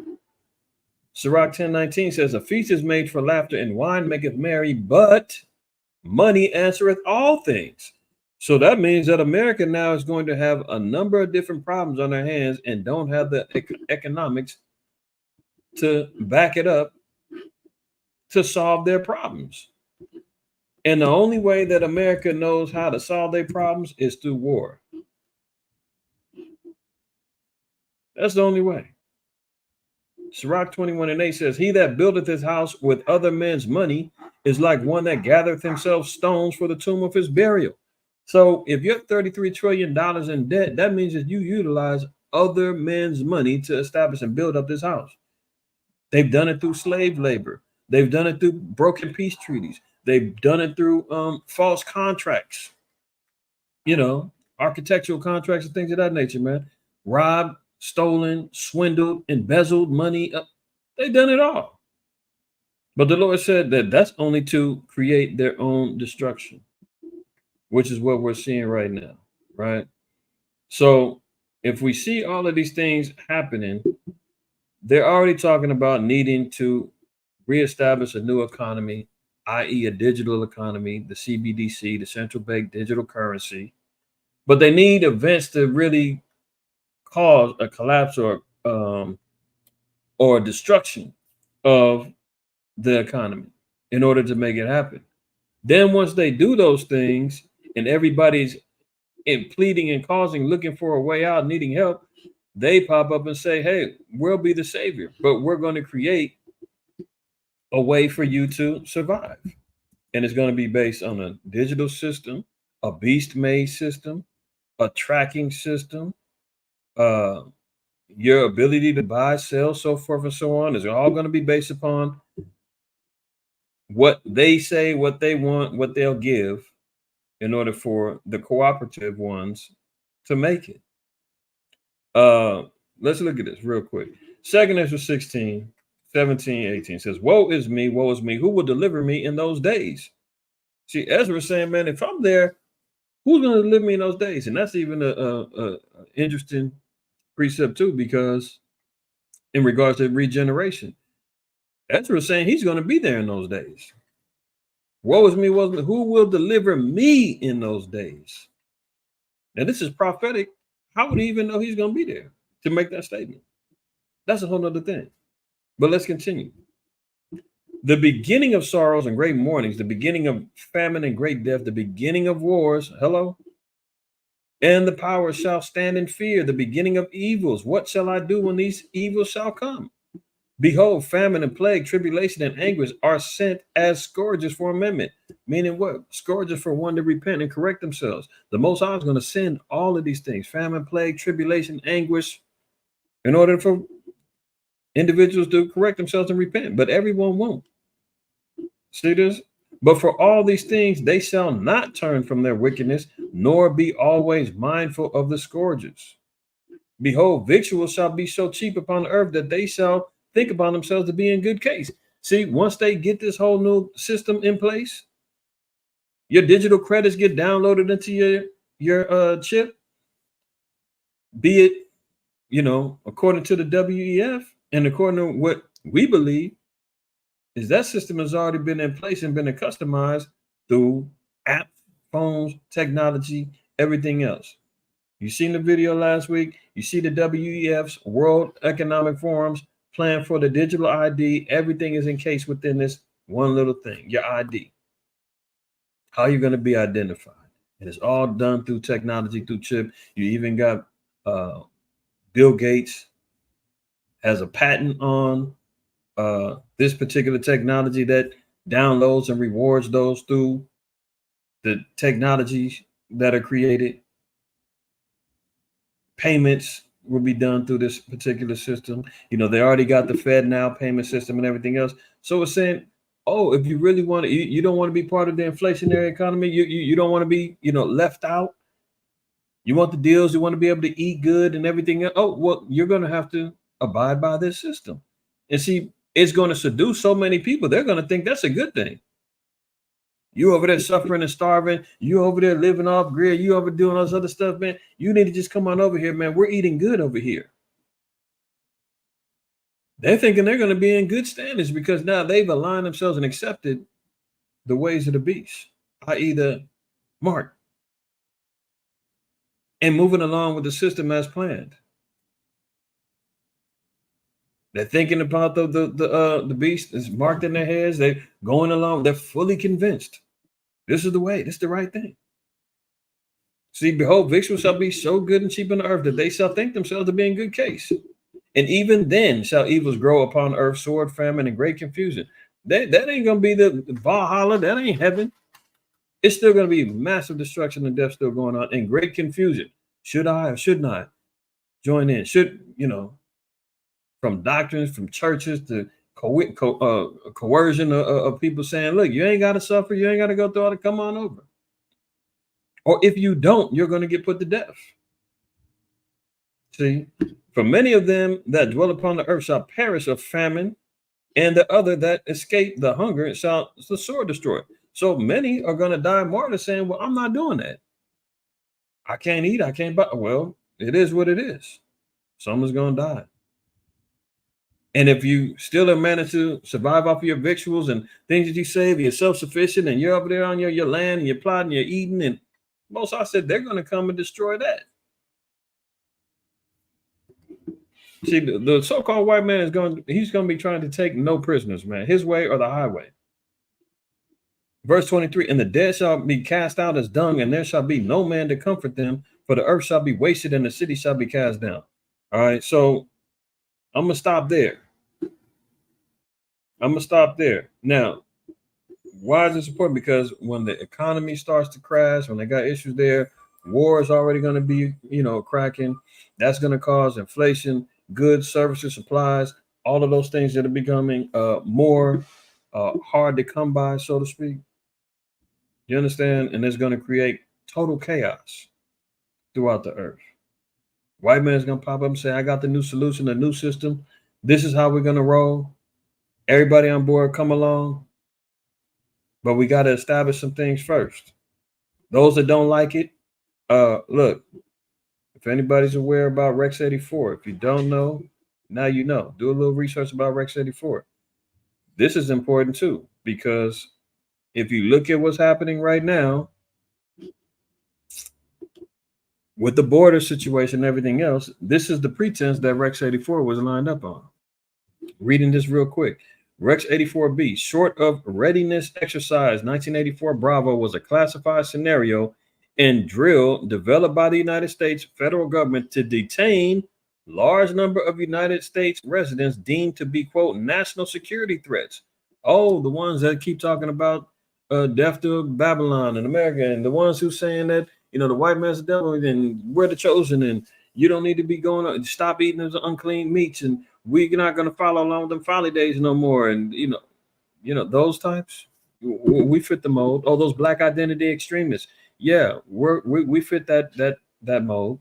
Let alone the good old boys down south saying we ain't giving up our guns, we ain't doing this. The hell with these immigrants coming up in here, migrant, all of that.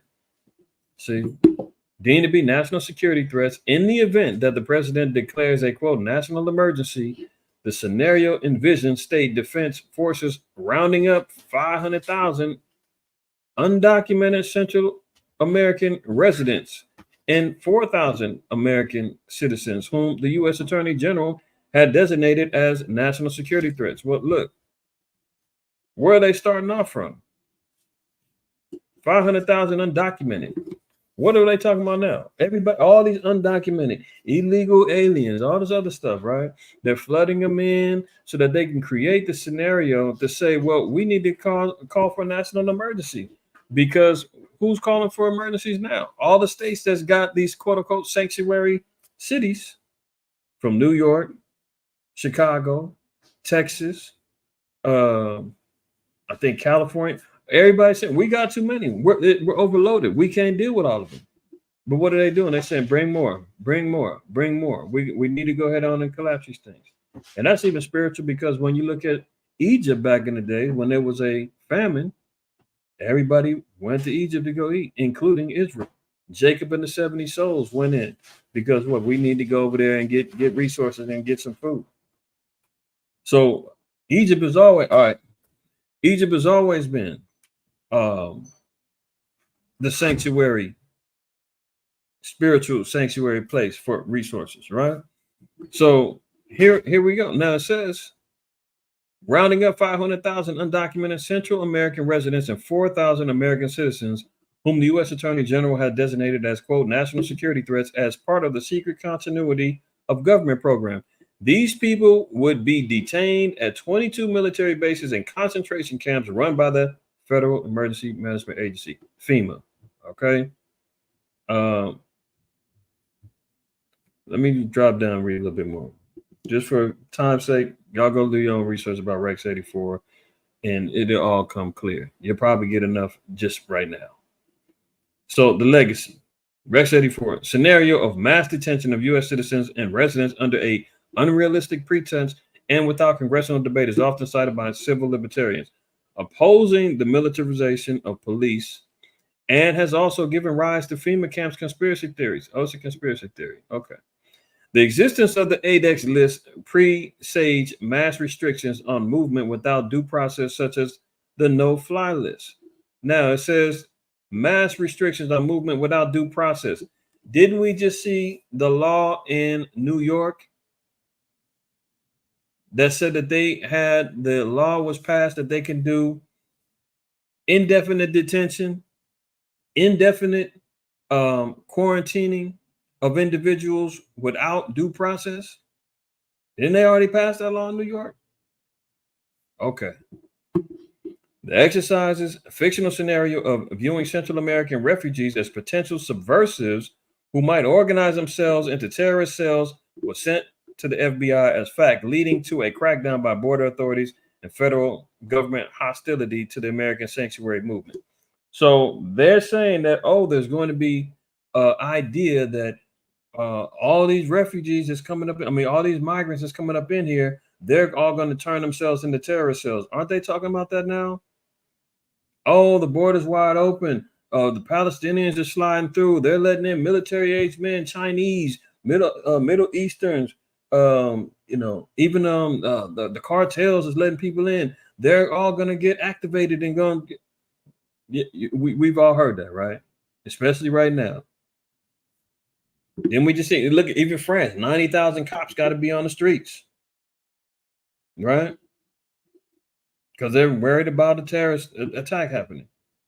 So, and they said that it's a conspiracy theory, right? Well, what happened in World War II with Japan and their internment camps that they had? They rounded up every Japanese person they could find and threw them in camps and said, you can't get out until we figure out you're a friend or foe or until this war is over. They do the same thing. So they're creating a whole scenario now to where there's multiple threats on the table. This gives them more incentive to start changing up things in order to, quote unquote, protect the sovereignty of America. You see that? Now this is where they're going to get all these things in alignment. Look, even within Second Ezra 17, it tells you that the righteous is going to get persecuted. And even when we get down to, let me see, where is it at?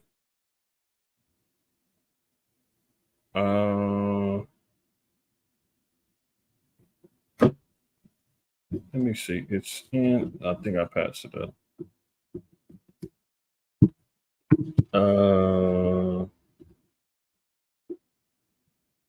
See, look at this. Second Ezra 16:68 says, "For behold, the burning wrath of a great multitude is kindled over you, and they shall take away certain of you and feed you, being idle with things offered unto idols." So this is where they're going to take away people into camps. They're going to start feeding you with indoctrination, feeding you, trying to give you opportunity to turn to their ways, torture, so forth and so on, giving you things offered unto idols. I mean, this is what their plan is. It says, "And they that consent unto them shall be had in derision and in reproach and trodden underfoot." So once you sit back and you say, you know what, my re-education, I agree. I'm pledging my allegiance to the beast and to America, man. Give me access to the system. I want my world ID. I want in. I'm tired. I'm sorry. I denounce being an Israelite. All of that. It said that they that consented to them are going to be had in derision and in reproach, meaning what? They're going to be rejected. They're going to be isolated and trodden underfoot. They're going to be forever be in servitude and destroyed. There's no negotiating with the beast. Kanye, he's in derision now and complete reproach. That's just an example of one who comes down and bows down and says, okay, well, forget it. I'm sorry. Not going to happen, man. Not going to happen. He's got everything lined up. All right, look at this. How does President Obama get to 207? This is just an example of how those that have cooperated with the beast, even the churches, 501c3 folks, those who've already aligned themselves. This is back when Obama was president. I went over this years ago at our old congregation. So Obama was president. This is 2008. I think this is was Obama president 2000? Yeah, 2008 to 2016. Obama was president. So around this second inauguration, when he was going for re-election, I think I brought it out around 2006. I didn't do it 2008. It was around 2015. I brought this out. But nonetheless, here, watch this. No, that's not the one. How does President Obama get to 270 electoral votes? Well, his clearly strongest voter group is African Americans, and hundreds of preachers and other religious leaders are going to get a pep talk of sorts from members of the Congressional Black Caucus. Now, listen what she said. They're going to get a pep talk. They're going to be told how to control, what to say, what you can't say with your followers. Watch this. On how to combat the recent rise in voter ID laws. I'm joined now by the chairman of the Congressional Black Caucus, Congressman Emanuel Cleaver, Democrat from Missouri, who is also an ordained minister. Congressman, it's good to see you. Good morning. Good to be with you. So you've got this big summit tomorrow. Essentially, what is your message to several hundred clergy members, I understand, who will be there? Yes, we'll have representatives from 9 denominations who actually pastor somewhere in the neighborhood of about 10 million people. And we're going to, first of all, look at this. They think they're anointing Obama to be the next president and the leader of the black people, black folks, right? But this shows you that the churches are compromised. You know what he said? He said we got about 9 different denominations which pastor and minister around 10 million people. And this is what they're being told to say, that whoever they want to endorse. This is why they pander. This is why Slow Biden came out and said, if you don't vote for me, you ain't black.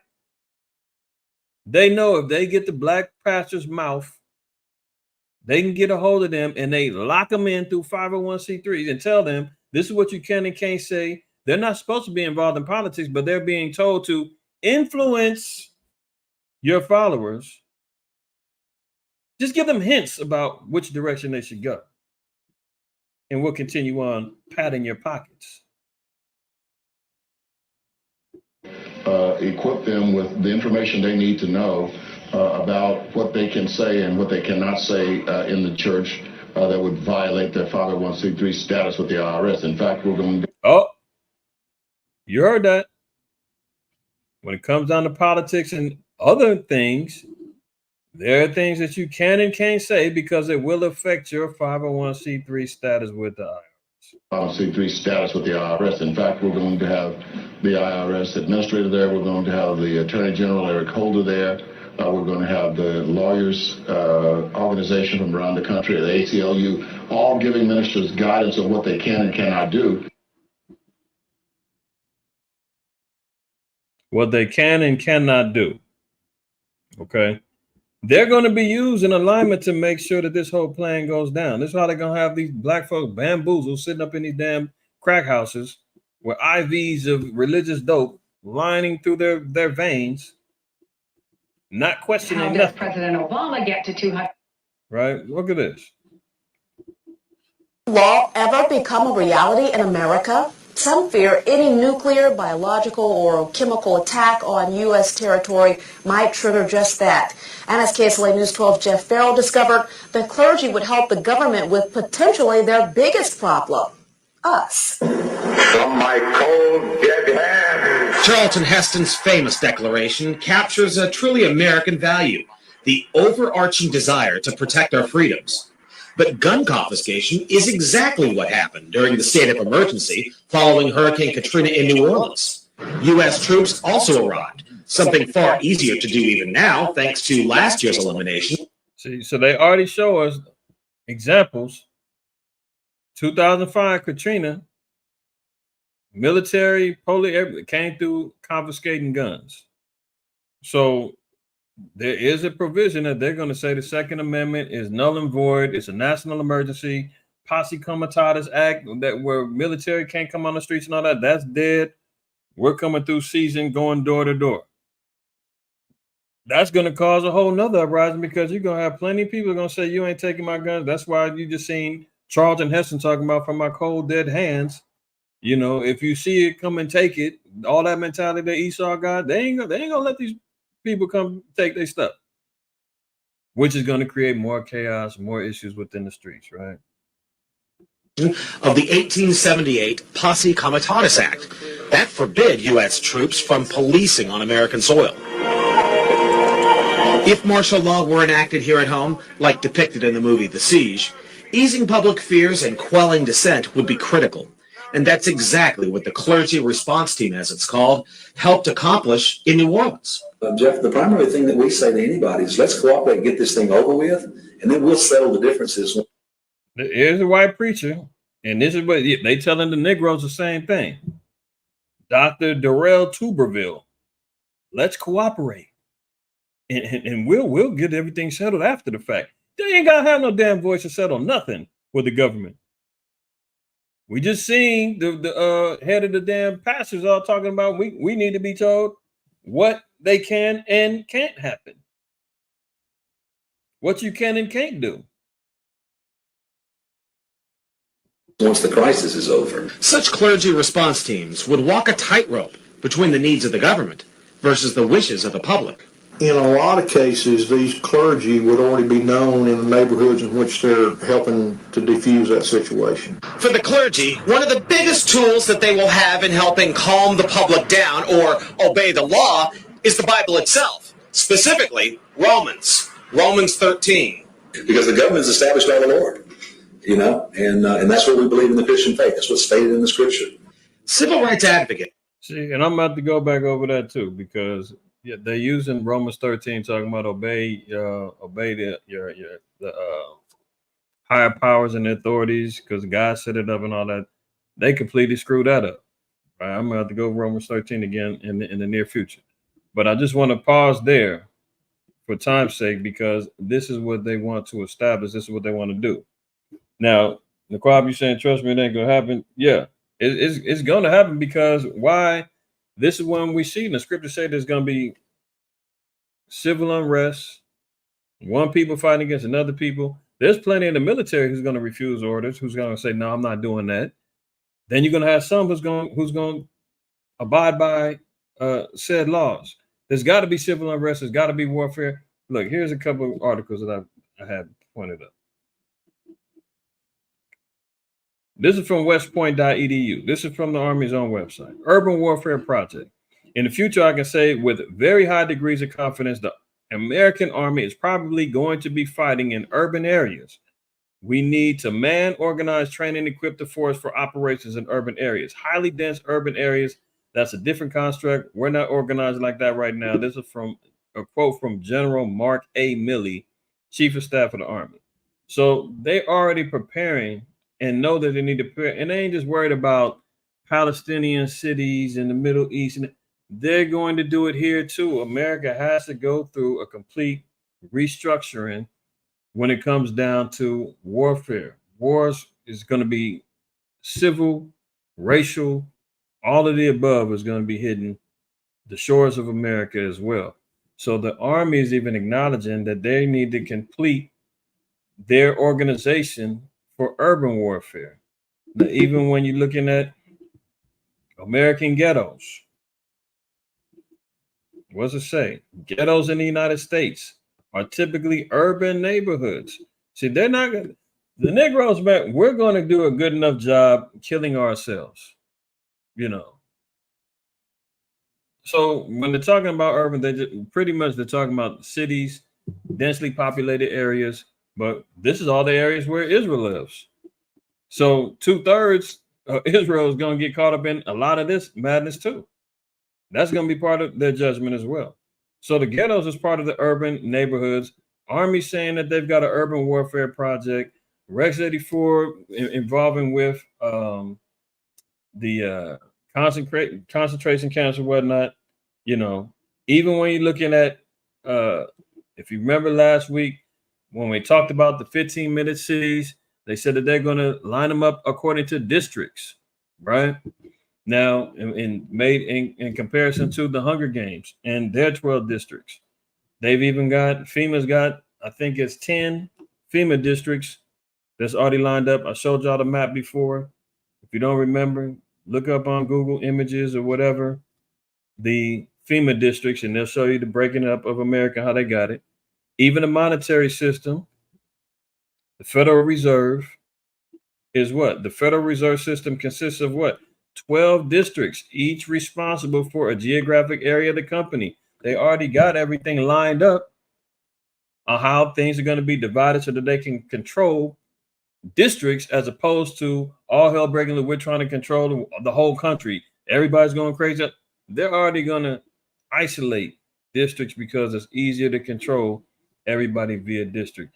Even the monetary system is going to be your the ability to buy and sell, the B system, the World ID, the CBDCs, so forth. That money's all going to come through the Federal Reserve. That district's money supplies is going to be controlled. 12 of them, ironically, is all lined up, right? That's just another little point of how they're trying to get these things established and built. So when we're seeing all of these things line up, these are all things that they want to establish. Now, this is all part of the tribulation that's to come. This is all part of what they're trying to align. We've got the money in jeopardy, the wars. We've got the influx of the collapsing of America based upon the border and all that other stuff. They know what they're doing. They want all the people over here for a particular reason. They're going to play a part in shutting things down. Look at this. It's giving them an excuse. They're just creating all these scenarios so that they can have an excuse to go full-fledged with their quote-unquote agenda. Okay? Whether all of them come to pass, whether they are, it doesn't matter, because Most High said his thoughts aren't our thoughts. This is what he's attempting to do. And some of the stuff he's going to get accomplished because the prophecy said we got to go through a lot of these things. But look at this. Texas is sending asylum seekers to major cities by bus with little notice. These mayors want to pump the brakes. Frustrated by, quote, rogue buses from Texas dropping off migrants by the thousands. The mayors of New York, Chicago, and Denver are trying to slow the surge of requiring the bus operators to coordinate arrivals under the threat of impound fines and even jail time. They already showing you, you see videos, man, of black folks, Southern Kingdom Jakes, mad as hell in Chicago, ready to, mad as hell about the so-called migrants coming over there because they're shutting down schools. They're utilizing the gyms to storm up in there. They're giving them certain benefits, and it's causing a conflict between Northern and Southern Kingdom and so forth and so on because they don't want, they think that their benefits and their livelihoods are being stripped from them. So that creates a whole other dynamic of issues happening between Israelites. But Esau knows what he's doing. So they're bringing them in by the busloads, right? So last week, 14 busloads of migrants from Texas made their way to New York City, the highest total recorded since spring of 2022. Mayor Eric Adams said, citing the city's asylum seeker arrival center. So they're busting them in. Now look at this. Now this is for those who, you're going to have those within the military is going to say, we're not doing that, man. We're going to defend the Constitution. That's cool. They already planning on backing. They already got that figured out. U.S. military offers legal migrants a path to citizenship amid recruiting shortfall. So because of their recruitments have fallen short, many of the recruits that they are getting, they're saying the young cast men, they can't pass the physicals, all kind of stuff. So they're going to turn towards legalizing the migrants and saying, well, if you want to become full-blown citizens of Babylon, come fight, suit up, because we're getting ready to get into a war, a few wars, that we're going to need some more bodies. You understand? Esau be thinking 10 times, 5 miles ahead. Struggling to overcome recruiting shortfalls, the Army and the Air Force have bolstered their marketing to entice legal residents to enlist, putting out pamphlets, working social media, and broadening their outreach, particularly in inner cities. One key element is the use of recruiters with similar backgrounds to these potential recruits. It's one thing to hear about the military from locals here, but it is something else when it's from your fellow brother from the country you're from, said Badari, who was contacted by the Army Staff Sergeant Calden Lama, the Dallas recruiter on the Facebook group that helps Nepalese people in America connect with one another. That brother was in the group and he was recruiting and told me about the military. So this is why, you hear Esau talking about, oh, they got military age men is coming over here, who's got no allegiances. And now if they're within here, just like we read in Rex 84, you're going to have a surge of Central Americans who's going to all of a sudden become sleeper cells and destroy America from within. They're going to get recruited and get all this military training, and they're going to turn it on us. We're going to have to go ahead and turn up martial law on the streets in the cities and create this whole new utopia of a one world government to get everything back in order. This is everything that they're trying to line up, but we see the patterns. We're seeing what he's trying to do. He's trying to cover up every little closed gap that he's got. He's got the robots lined up because if man says I ain't following orders, guess what? AI and the robots ain't gonna say no, with the exception of the robot that attacked another worker in I think it was at Amazon. That's a whole nother thing. I didn't include that in here, but the writing is on the wall. We see here, right? So let's continue.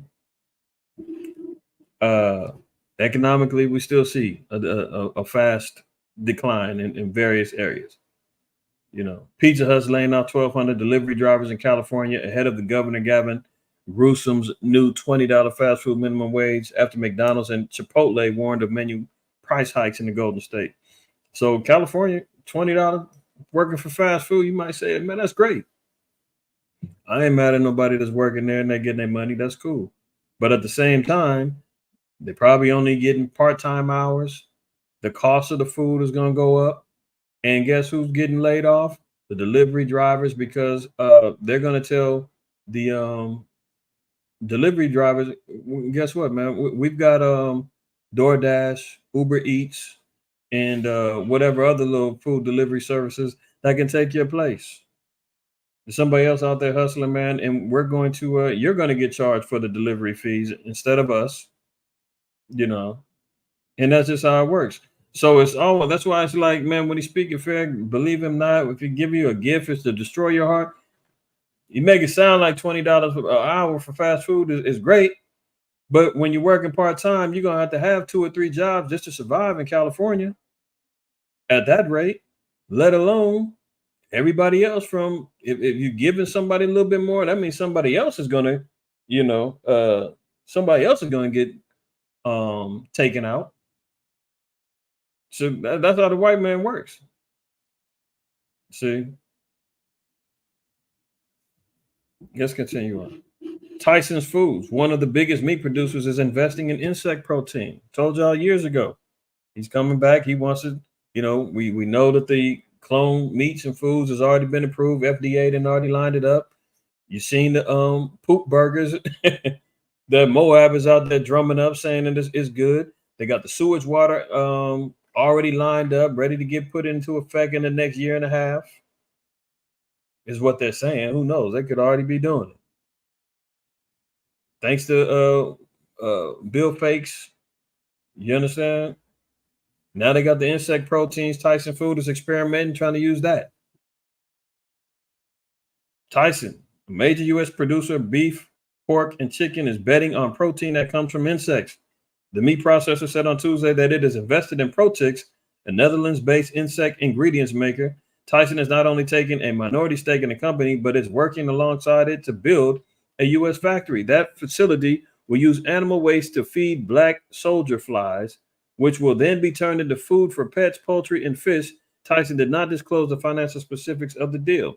So they're saying that this isn't going to be used for human consumption. I'm going to add the caveat, yet. See, however, any other ways that they go about with getting patents and getting approvals through the FDA and everything else for consumption is all going to be based upon clinical trials. So with medicine, you got to have clinical trials done. Once all the clinical trials get passed, they go through the peer review studies. They say, okay, yeah, you know what? This medicine is good. Put it on the market. Pharmaceutical company patents it, rips it. Wraps it, sells it, and it's good. So here they are saying, well, we're going to try it and we're going to use it on the animals first. If everything goes well, guess who's going to get it next? Now, I'm not saying eating bugs is wicked, because the scriptures tell us that there are lawful bugs that we can eat, what we can eat. The thing is that they possibly could be giving us bugs that are unlawful to eat, let alone you don't even have an option. You said, no, I don't want that. I'm cool. Even though it's lawful, I don't want to eat it. I'm all right. I've eaten crickets before. Lawful crickets, yeah. But is it something that I would have in my regular diet? No. Not unless I was forced to or had to. You understand? So this is what's on deck. But this is the food that's going to be available in the 15-minute cities for those that comply in the districts. Walking Dead, rotting crack zombies, record murders and sex. Record murders and sex sold for $20 in squalid tents, the city that turned a blind eye to drugs. They're talking about good old Portland, Oregon. UZL, Malachi. Yeah. They saying y'all in the Walking Dead, man. And we talk, so I know what's going on over there, man. And I've been up there.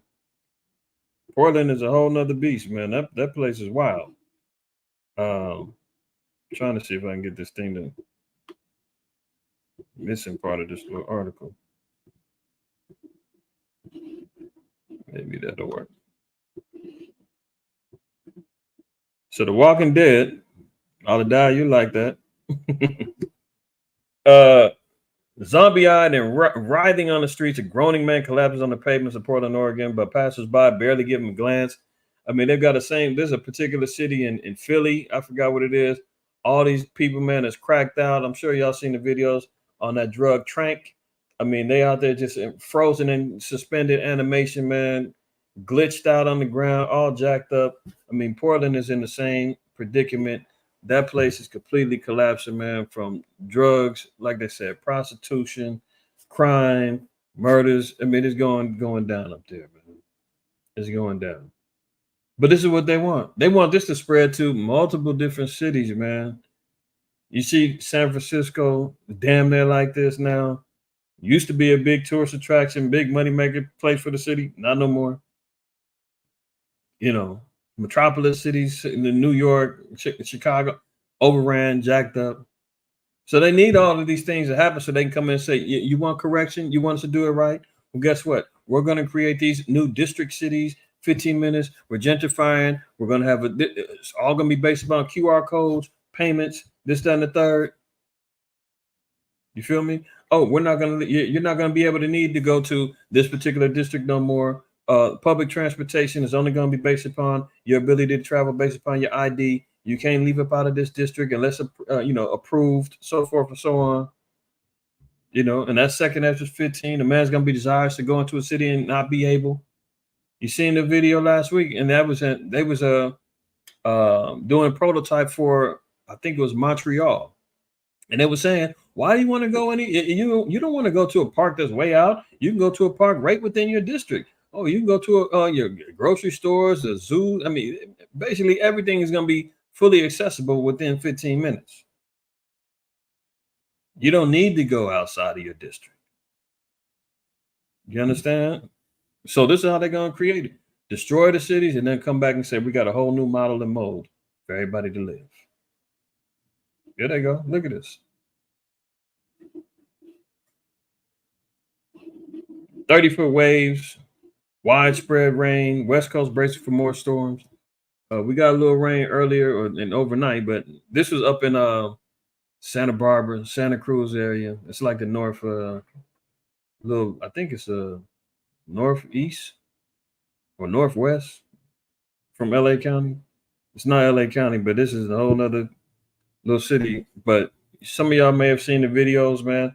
Them waves crashing up along the little beach cities and beach towns, water splashing over there. I asked a question and say, damn, what would it be like, man, if a real tsunami hit for our area? Would be like, Venice Beach, Santa Monica, Malibu,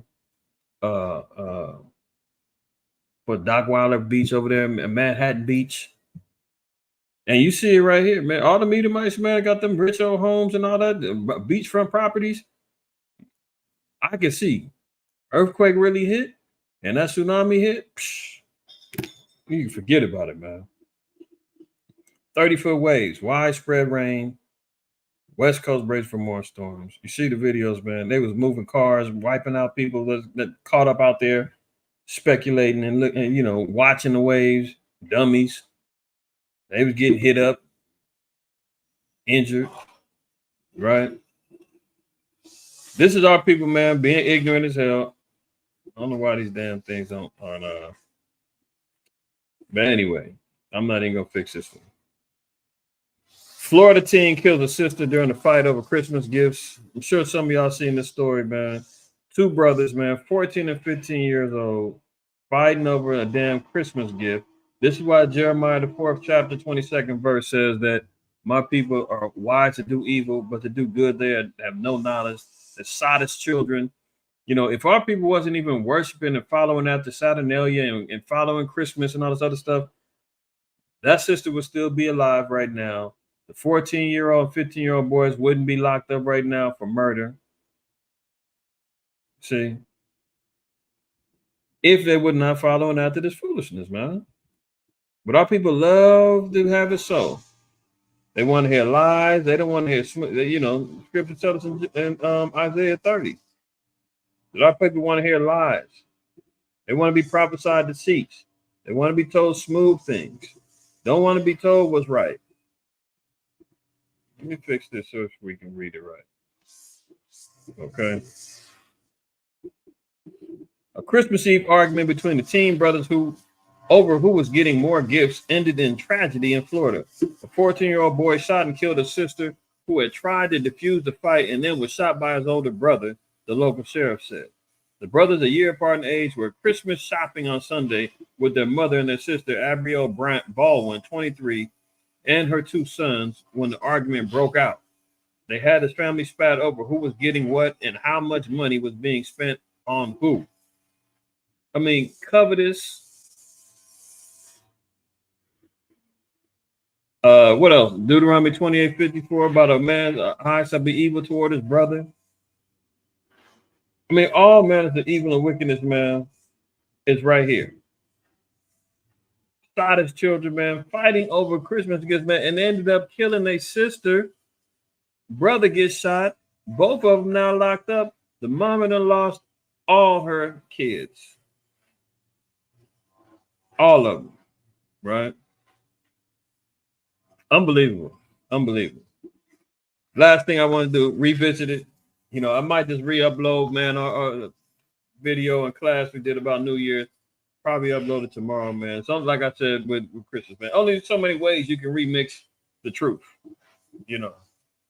So I'll probably just upload it for informational sake for those who haven't seen it, need a little bit more knowledge and need some more scriptures regarding New Year's. Some of y'all just coming into the truth, just really getting an understanding and a grasp on why we don't celebrate certain, the folly days and whatnot. So I'll probably upload it tomorrow and do a reloaded video regarding New Year's. But here's just one thing that I wanted to cover, man, and make sure everybody understands and knows. For our people, man, New Year's Day has nothing to do with us, man. Our ancestors will be rolling in their graves to see you niggas out here popping bottles, shooting off pistols, popping fireworks, sitting at the table, eating and grubbing, watching the football games, talking how great we're gonna have this New Year's gonna change. Hopefully everything change. And if you've noticed, every year somebody's saying, I hope this year's gonna be better than last year. Last year was tough. That lets you know that things are only getting worse and worse. Hello? If you said that at any particular time, some of y'all just came in the truth within the last year, 2 years. If you can say back in 2020 and 2021 when the plague hit, and you can say, man, damn, 2020 was hard, man. 2021, man, this is gonna be. Hopefully, this is a better year. Then that lets you know, and it's only progressively gotten worse. It lets you know, man, things ain't changing. So our ancestors, man, will be rolling in their graves right now, man, like a damn alligator that caught some bait. You see how they roll and spin and try to, pull down they prey down under and drown them out and, break something. I mean, that's how our ancestors would be rolling in their graves, for real. Let's look at this. In the African American community, New Year's Day used to be widely known as, quote, hiring day or, quote, heartbreak day. As African American abolitionist journalist William Cooper Nell described it, because enslaved people spent New Year's Eve not popping bottles and partying and BSing, waiting, wondering if their owners were going to rent them out to someone else, thus potentially splitting up their families. According to Deuteronomy 28, 48, a man's children is going to be given to another people. There should be no might in our hands. Remember that? The renting out of slave labor was a relatively common practice in the antebellum South and a profitable practice for white slave owners and hirers. Some enslaved people were put up for auction that day or held under contracts that started in January. These transactions also took place all year long, and contracts could last for different amounts of time. These deals were conducted privately among families, friends, and business contacts, and slaves were handed over in town squares, on courthouse steps, and sometimes simply on the side of the road. According to Divided Mastery, Slave Hiring in the American South by Jonathan D. Martin. So is that something that our people should be engaging in? Just if you're thinking about the legacy, if you had any care or thought about what our ancestors went through, why we don't abide by and follow after these things, man. Just in honor of our ancestors alone, you should be like, man, I'm not doing it. We don't have no good memories about no damn January 1st, New Year's, and all. That was hell for our people. Why would I be celebrating and honoring and gloating in something that was turmoil, destruction, and death and uncertainty for our people? Negative, negative, negative, negative. You dig? So I'm gonna close out there, man. I want to definitely give all praise, honor, and glory to the Most High, Yahweh Shai, man. Shout out to everybody that's in the chat, man, adding and giving your input. Everybody that saluted each other up in here, man. This is how we got to get down. You know, we want to make sure that we're staying in fear of the Most High, keeping the commandments, being vigilant, staying on top of what's happening out there, man, because our enemies is definitely plotting, they're planning, they're looking for complete domination control. If they could accomplish it, they are going to try to. But as we see in the 2nd Ezra 13, you know, Wisdom of Solomon 5, their plans are gonna come to naught. You know, our Savior, Hamashiach Yahushua, man, is gonna come and deliver the remnant of Israel, man. We're gonna be delivered, man. There's gonna be a whole lot of hell to pay for those that held us in contempt. All right. So with that, I'm gonna go ahead and slide up out of here, man. All praise, honor, glory to the Most High, Yahushua, man. Always fear the Most High. Keep the commandments. Don't shoot your messenger. And you know, we'll have a closing Shabbat class, man, on our end at around 3:15 Pacific Standard Time, man. If you can, come in, join us, tune in. We're gonna get some knowledge about some wisdom and surviving these times. We're gonna need that. Scriptures tell us, man, wisdom and knowledge is gonna be the stability of our times and strength of salvation. So acquiring wisdom, application of it, all those good things, man. We're gonna discuss that later on this afternoon around 3:15. Tune in. If you're able, tune in. If not, we'll catch y'all, you know, catch it on the back end. All right. Appreciate y'all, man. House of Byron, man. Y'all always support, man. I love y'all. Appreciate y'all. And the rest of my brothers and sisters out there, man. Love all y'all, man. Kwame Asha Allah.